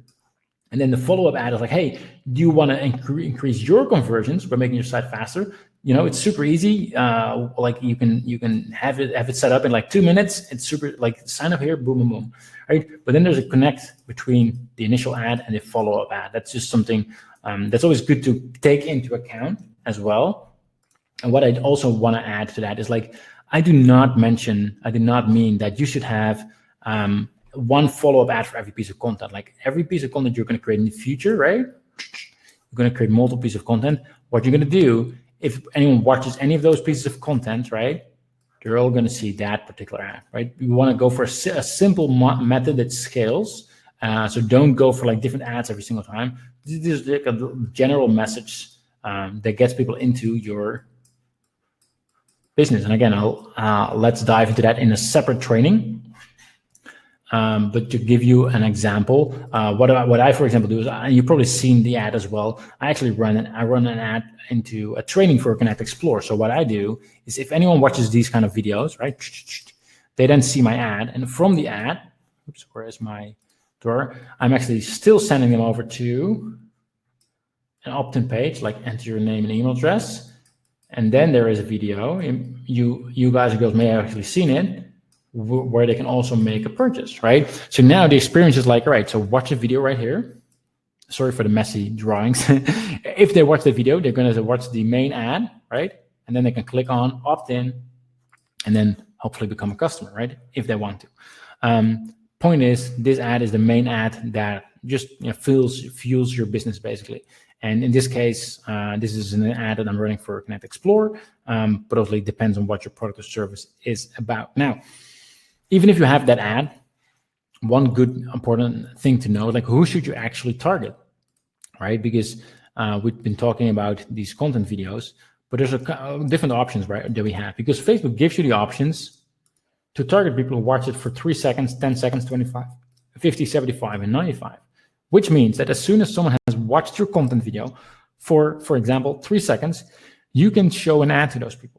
You can do that for if they watch it 10 seconds, 25, 50, etc., right? You don't want to use all those options, right? Been doing quite a bit of testing. And if people watch your video for like 3 seconds, they're not as likely to make a purchase yet. Like, they've only barely seen you, like they don't really know you yet. I actually get the best results when targeting people who watched 50% of your video, right? And I know it may seem like a lot, but that's really where we got the sweet spot. If they watch 50% of your video, they're truly interested. And obviously it depends on how long your video is. Maybe you're making super long videos and like you're happy with like 25%. But in my case, and that's obviously why it's always good to test. In my case, we go for 50%. That is our sweet spot. If they watch 50% of the video, then I'm gonna make sure they see my next ad. Now, how do you actually do that? To make sure you know how to set that up. It's actually not, let me just minimize this stuff. You'll need to go to audiences inside your Facebook Business Manager, right? The audience page. And then once you're there, click on create audience and then custom audience. In case you're not familiar with it, click create audience and custom audience. On the next screen, you click video, right? To create and use the video as a source for your custom audience. And then you're going to select people who've watched 50% of your video, and you select the videos that you've created. And usually I would recommend between 30 and 90 days. After 90 days, I wouldn't do it. Like, go for 30 days or 60 days. Also, depending on how many people actually watch your videos. If you don't have many, you might want to go for a longer reach to still have some people in your audience, right? And then obviously name your audience and then use that in the targeting of your main ad, all right? And that is how you basically do your retargeting. Now, oops, there we go. And that is basically how the content funnel blueprint works. You create valuable content, you publish it on your Facebook page, you promote it, and you retarget it with your main ad. Again, what that ad exactly is, we'll dive into another training as well, but that is the content funnel blueprint in a nutshell. Let me know if you have any questions. I'm more than happy to dive into them as we speak. I'm just going to go back because there have been questions right before here as well. Right. How do you get access to MindNode? Well, this MindNode I'm actually going to share in the actual Connectio dashboard. within 48 hours. If you want to get access to the tool, if you just search MindNode, you'll be able to buy it.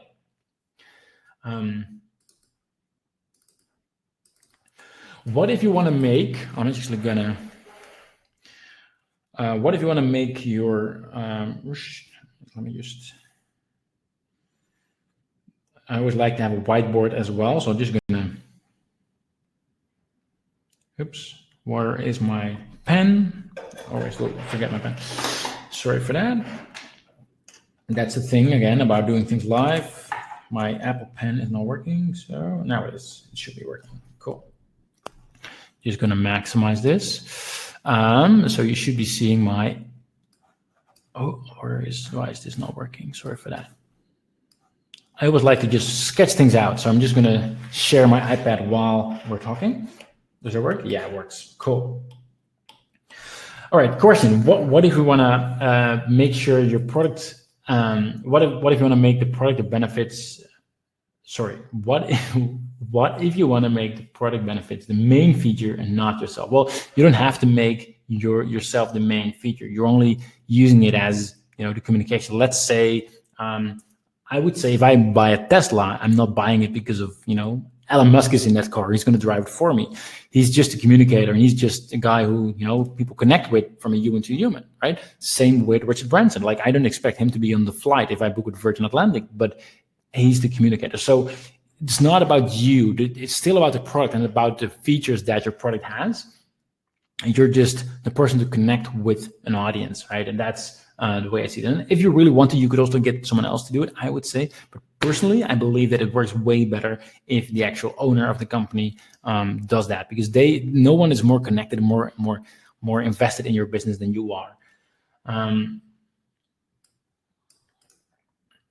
Let's see other questions. Kindly give some tips to generate good number of quality leads and messages. Again, like the quality leads is also like there's first of all there's many different ways, right? Like to get leads, like one strategy, something we have not spoke about is obviously to use like something like a viral, right? Like if you want to go for free, and for those of you who don't know what a viral is, people enter their name and email address, and then on the thank you page, you offer them something of value, like a gift, if they share their own unique custom invite link with their friends, right? Like so they share it on Facebook, and then like their friends to sign up as well, right? These are what's that? These are people, and if they sign up as well, then they unlock the reward, and that is a way to build your email list, right? That's one way of doing it. But like if we're talking about strategy, what we're talking about today, let me just go to the next page. Like we are sharing content. If they watch 50% of the video, they're going to see your main ad, right? And then, like what I, for example, do is they send them to an opt-in page, right? And then they need to actually sign up, enter their name and email address. If they do that, they go to an extra video where there is another video where they can actually make a purchase. That is roughly how it works. And because people have watched this video and then this video and also this video, they're not just going to be leads, right? But they're going to be much more high, like they already know, like, and trust me and my brand, and that just works really, really well. So I hope that works. Sobia, cool. Let me just go into the next question. Let's see. Will assistant to work for fine art photo sales? Trying to find people who want to buy. Cool. If you start an ad that seems to be, can I actually also, yeah, cool. Now I can actually broadcast questions as well. If you start an ad that seems to be underperforming, how long do you give it before shutting it off? That's a good question. Like when to shut it off, when to shut an ad off. So it really depends on what is, the first thing I ask myself is like, what's the call to action? So like, let's say it is to get a lead, right?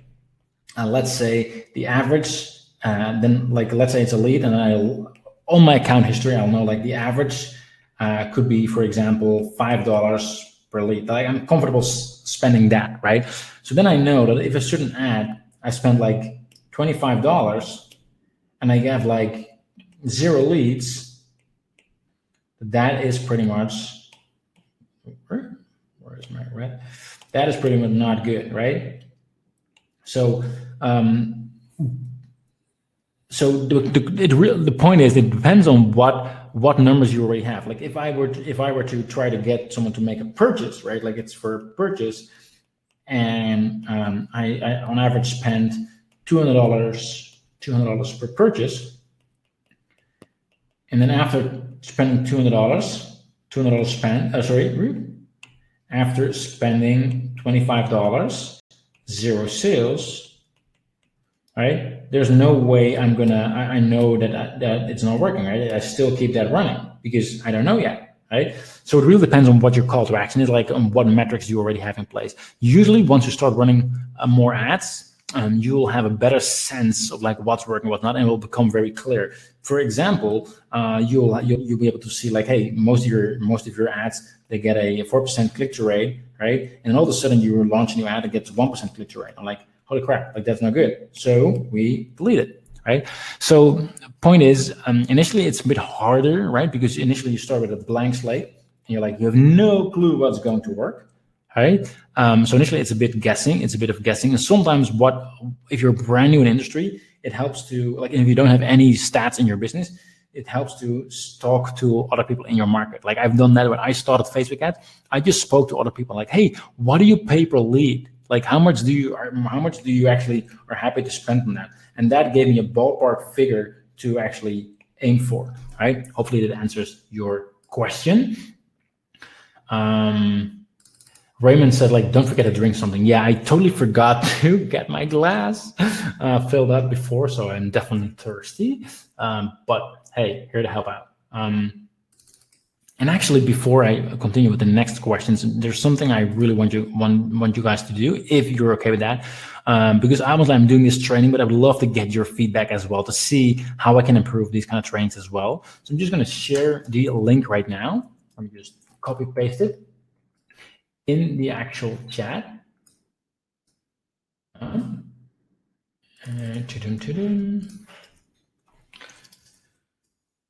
You should see the link right now.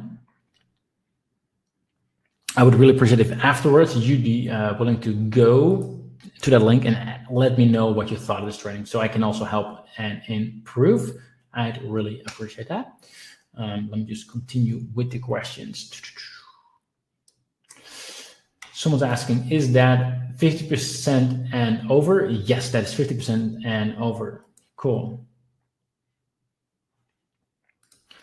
Amanda is asking, so if we're getting it right, we'll be boosting some of our videos on our Facebook business page through Connectio, because boosting your own is a waste of money. And after a while, we create an ad.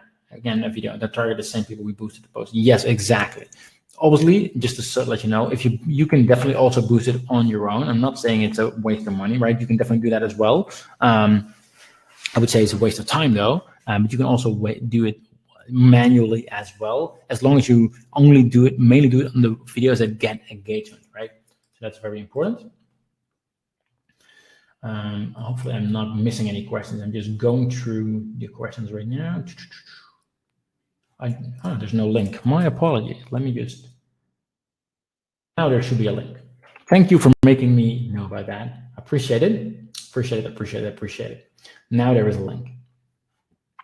Just a Google form. I'd really appreciate your feedback there. That would be awesome. Let me see. Is there any other question that you'd like me to answer? Please do let me know.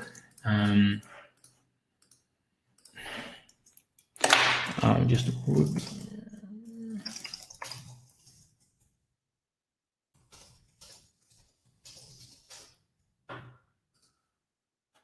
right now, you should see the link as well. Cool, awesome. Let me know if there's any other questions, guys and girls. And let me just I'm just going to turn the light on because it's getting dark here.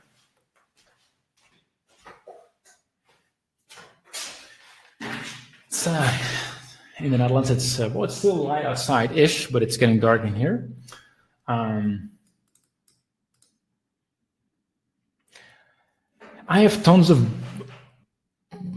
boosted videos. Can I use Connectio for that? I'm not sure if I understand your question exactly. Can I also use Connectio for new videos in the future? Yes, you can use Connectio for new features. It's like if you want to set up Connect Automate, so you set up Connect Automate first, right? So set up Connect Automate, automate, and then step 2 is you just post videos on Facebook, right?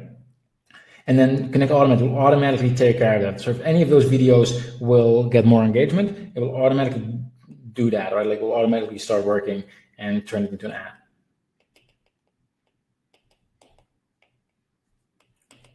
Sorry for my handwriting. Hopefully you'll excuse me for that. Do you have a planning template for all the promotion actions you do? I do not have a planning, like right now I just made sure that everything for this particular strategy is all in this mind map. I don't have anything. A lot of these things are also sort of live in my head. And that's also why I wanted to do this training for all of you today, to make sure it's, you know, it's in an outline that you can all just go through and you can actually see exactly all the steps I'm taking. So over time, I'm considering to do this more often. It also depends on the feedback I'm getting from that feedback form, because I'm currently thinking like, is this something that helps you? Is this something that is truly helpful? Does this help you get more results?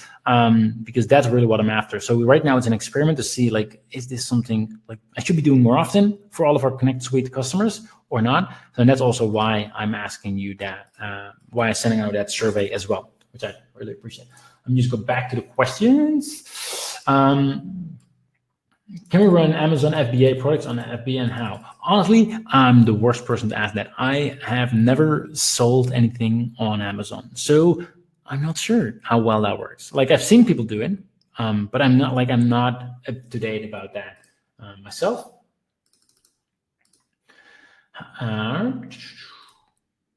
How does Facebook lead ad email gets collected by Connect leads? So it's actually not hard at all. I should be able to show you that actually. Let me just see, right? So what you'll need to do is like, once you set up your Facebook lead ad on Facebook, you just go into Connect. Again, you already have access to Connect leads if you're here on this call.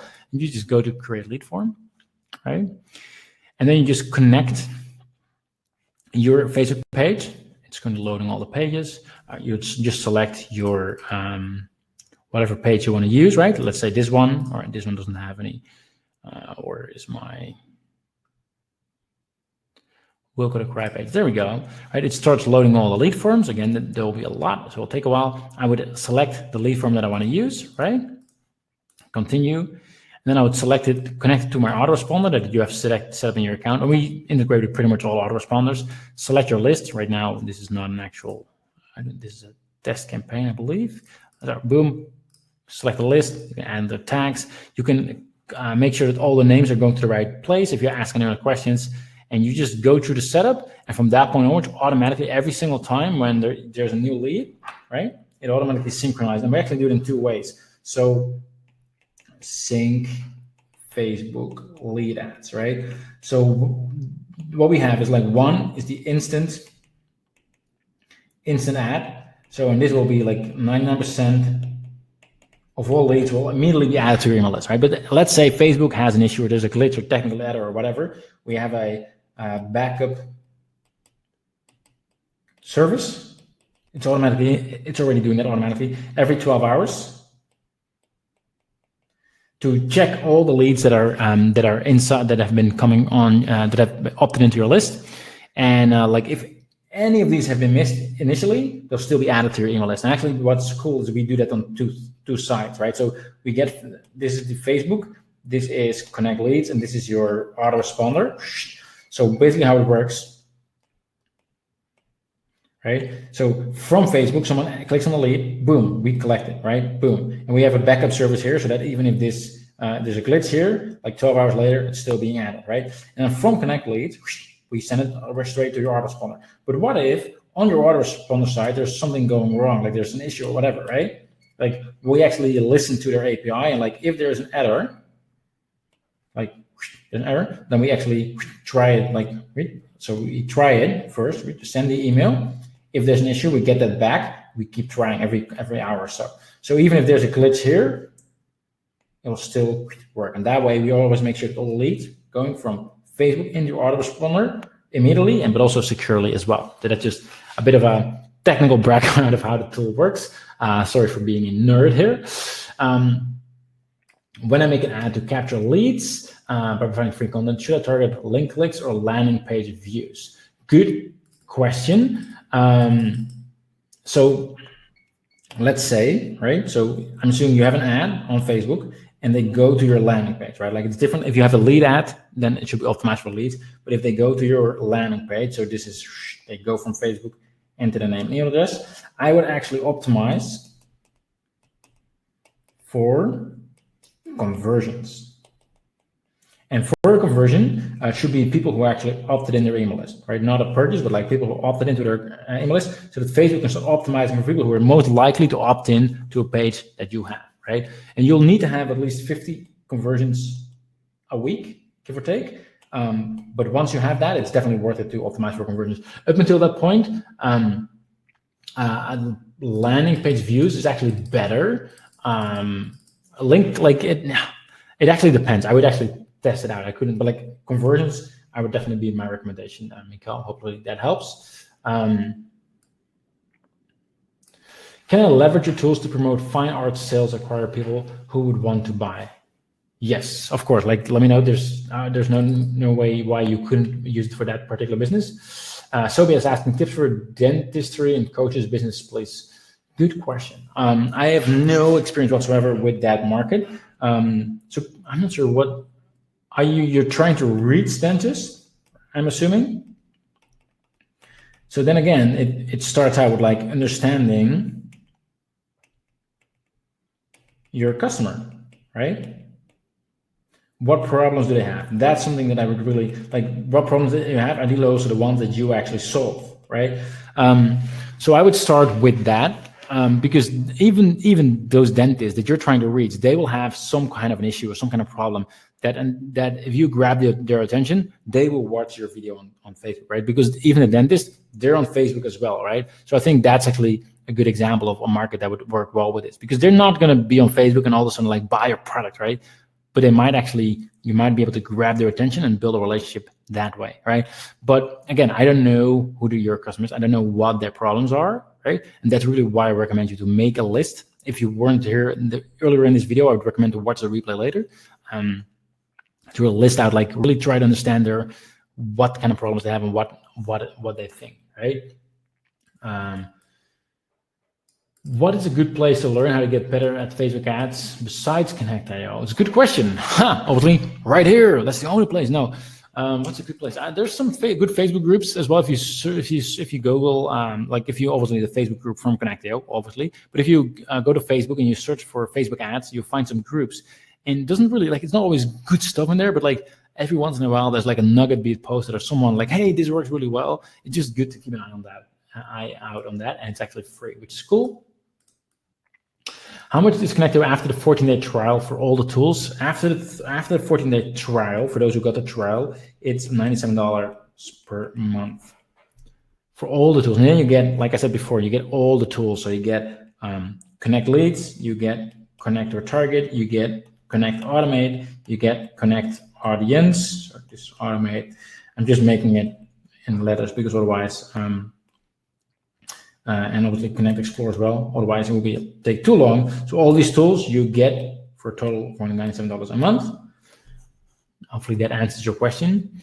Can you re-explain what Connect Audience does and what Connect Explore does again? I missed those two while taking notes. Of course I can. So Connect Audience.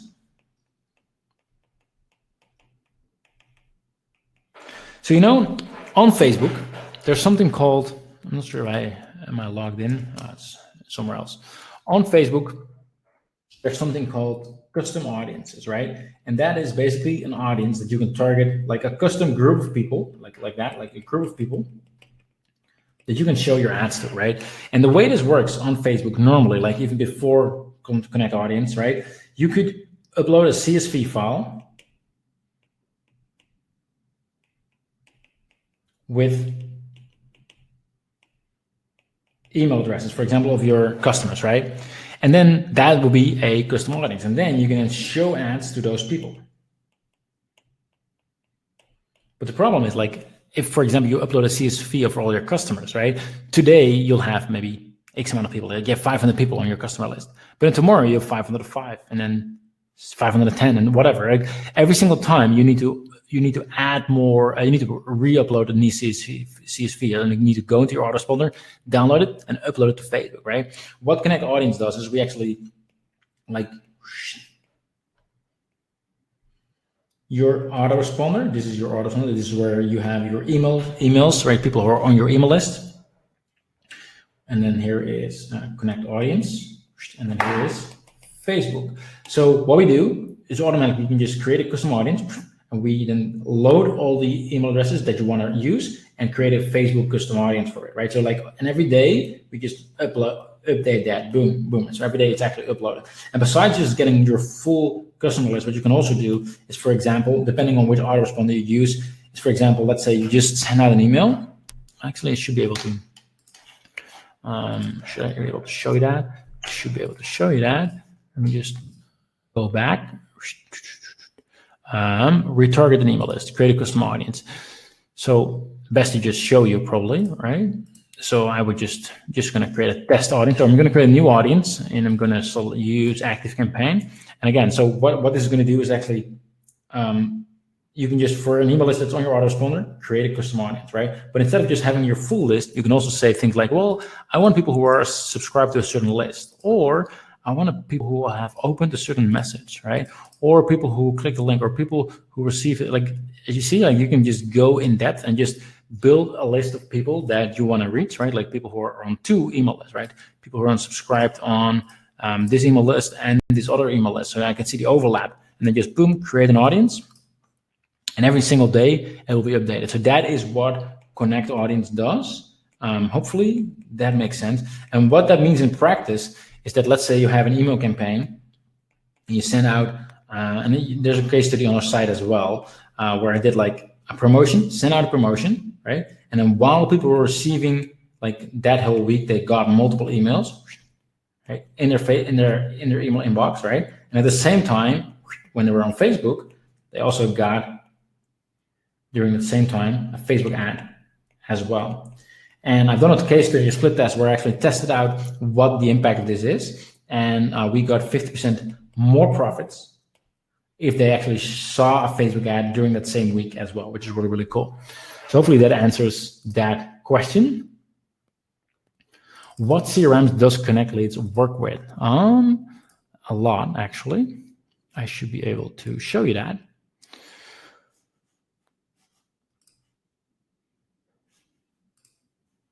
So I'll just go to the list. So Acton, ActiveCampaign, Active Demand, Agile CRM. Well, I'm not sure if I'm going to mention them all out, because as you can see, it is quite a long list. There's 50 or 60 or so.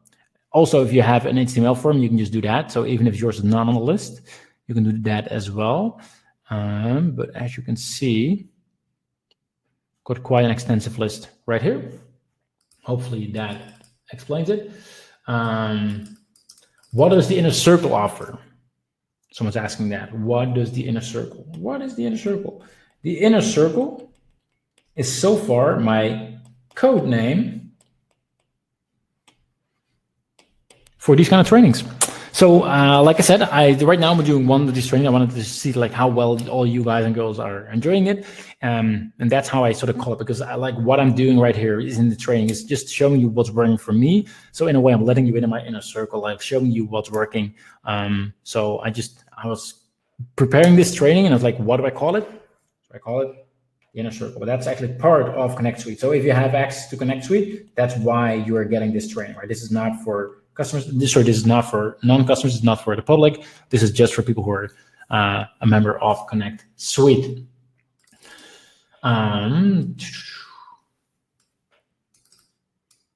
Is there any order you recommend learning the tools and practicing them in? Very good question. Very good question. And I do want to add one thing. I really hate to stop soon, but I think this is going to be either the last question or the question, maybe one more after. Simply because I'm on a schedule. I need to actually leave a little bit as well. My wife's actually, she just called, dinner is ready. So slightly delayed, but she'll be fine. Question is, in order for you to recommend which tools to use? Well, obviously it always starts like which tools. Which tool to use first. It really, like, I would never use a tool just for the sake of using it. It always has to serve a purpose, right? Like, I would like, what do you need? Instead of just thinking like, hey, I'm going to use this tool, like, what do you actually need? So first question that I would ask is like, do you have traffic on your website, right? If yes, let me just actually do it like that. If yes, then definitely connect your target, right? So you're able to retarget people based on how they behave in your website. Like if you already run retargeting ads, we've seen like oftentimes for people 3 or 4x their ROI just by implementing that. So that's definitely a good start. If you don't have traffic, right? Next question I have, and I'm just going from the top down, right? Like, do you have an email list? If so, connect audience, right? If you don't have traffic or don't have an email list just yet, right? And then what I would definitely do, because then I'm guessing you're starting out with Facebook ads, I would like definitely start with Connect Explore. Oops. Explore.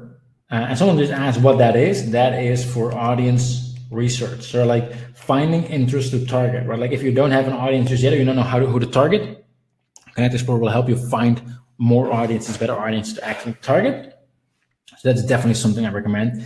And for example, like, again, it depends on what you need and what you're working on. Like if all of this, what we just spoke about today on this call, if you're going to implement this strategy, then you already know, like for this particular strategy, you need to use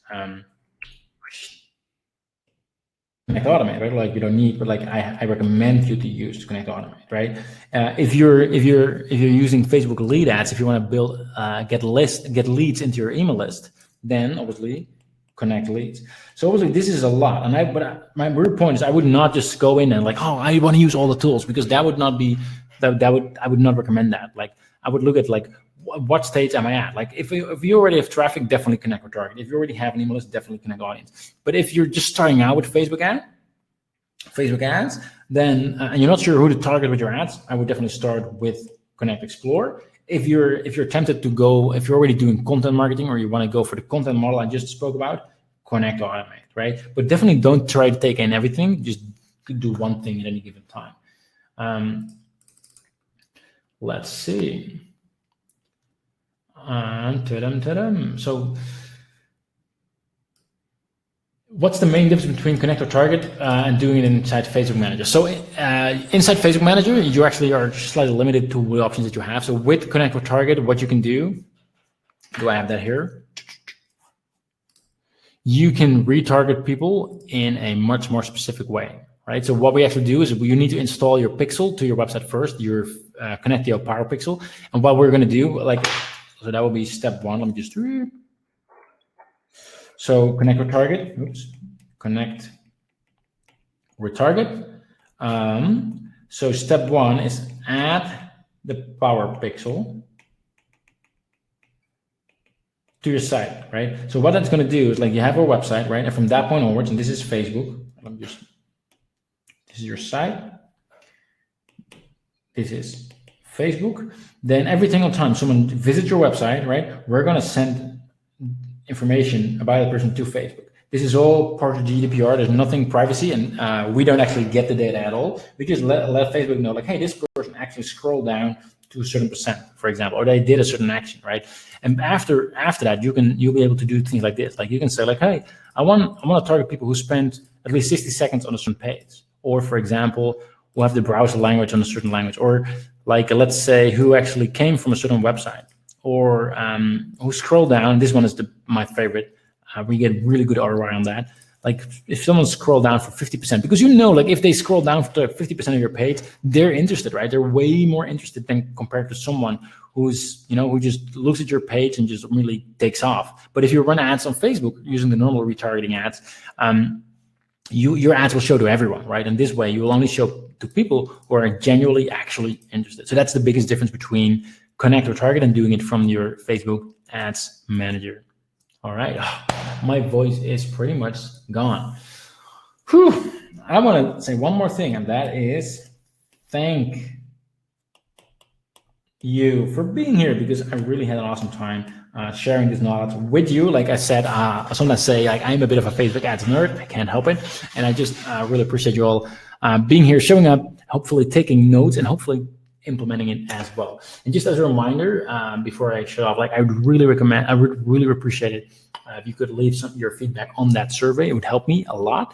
And with that having said, I just want to thank you all. I hope you all enjoyed it. I hope you all found it valuable.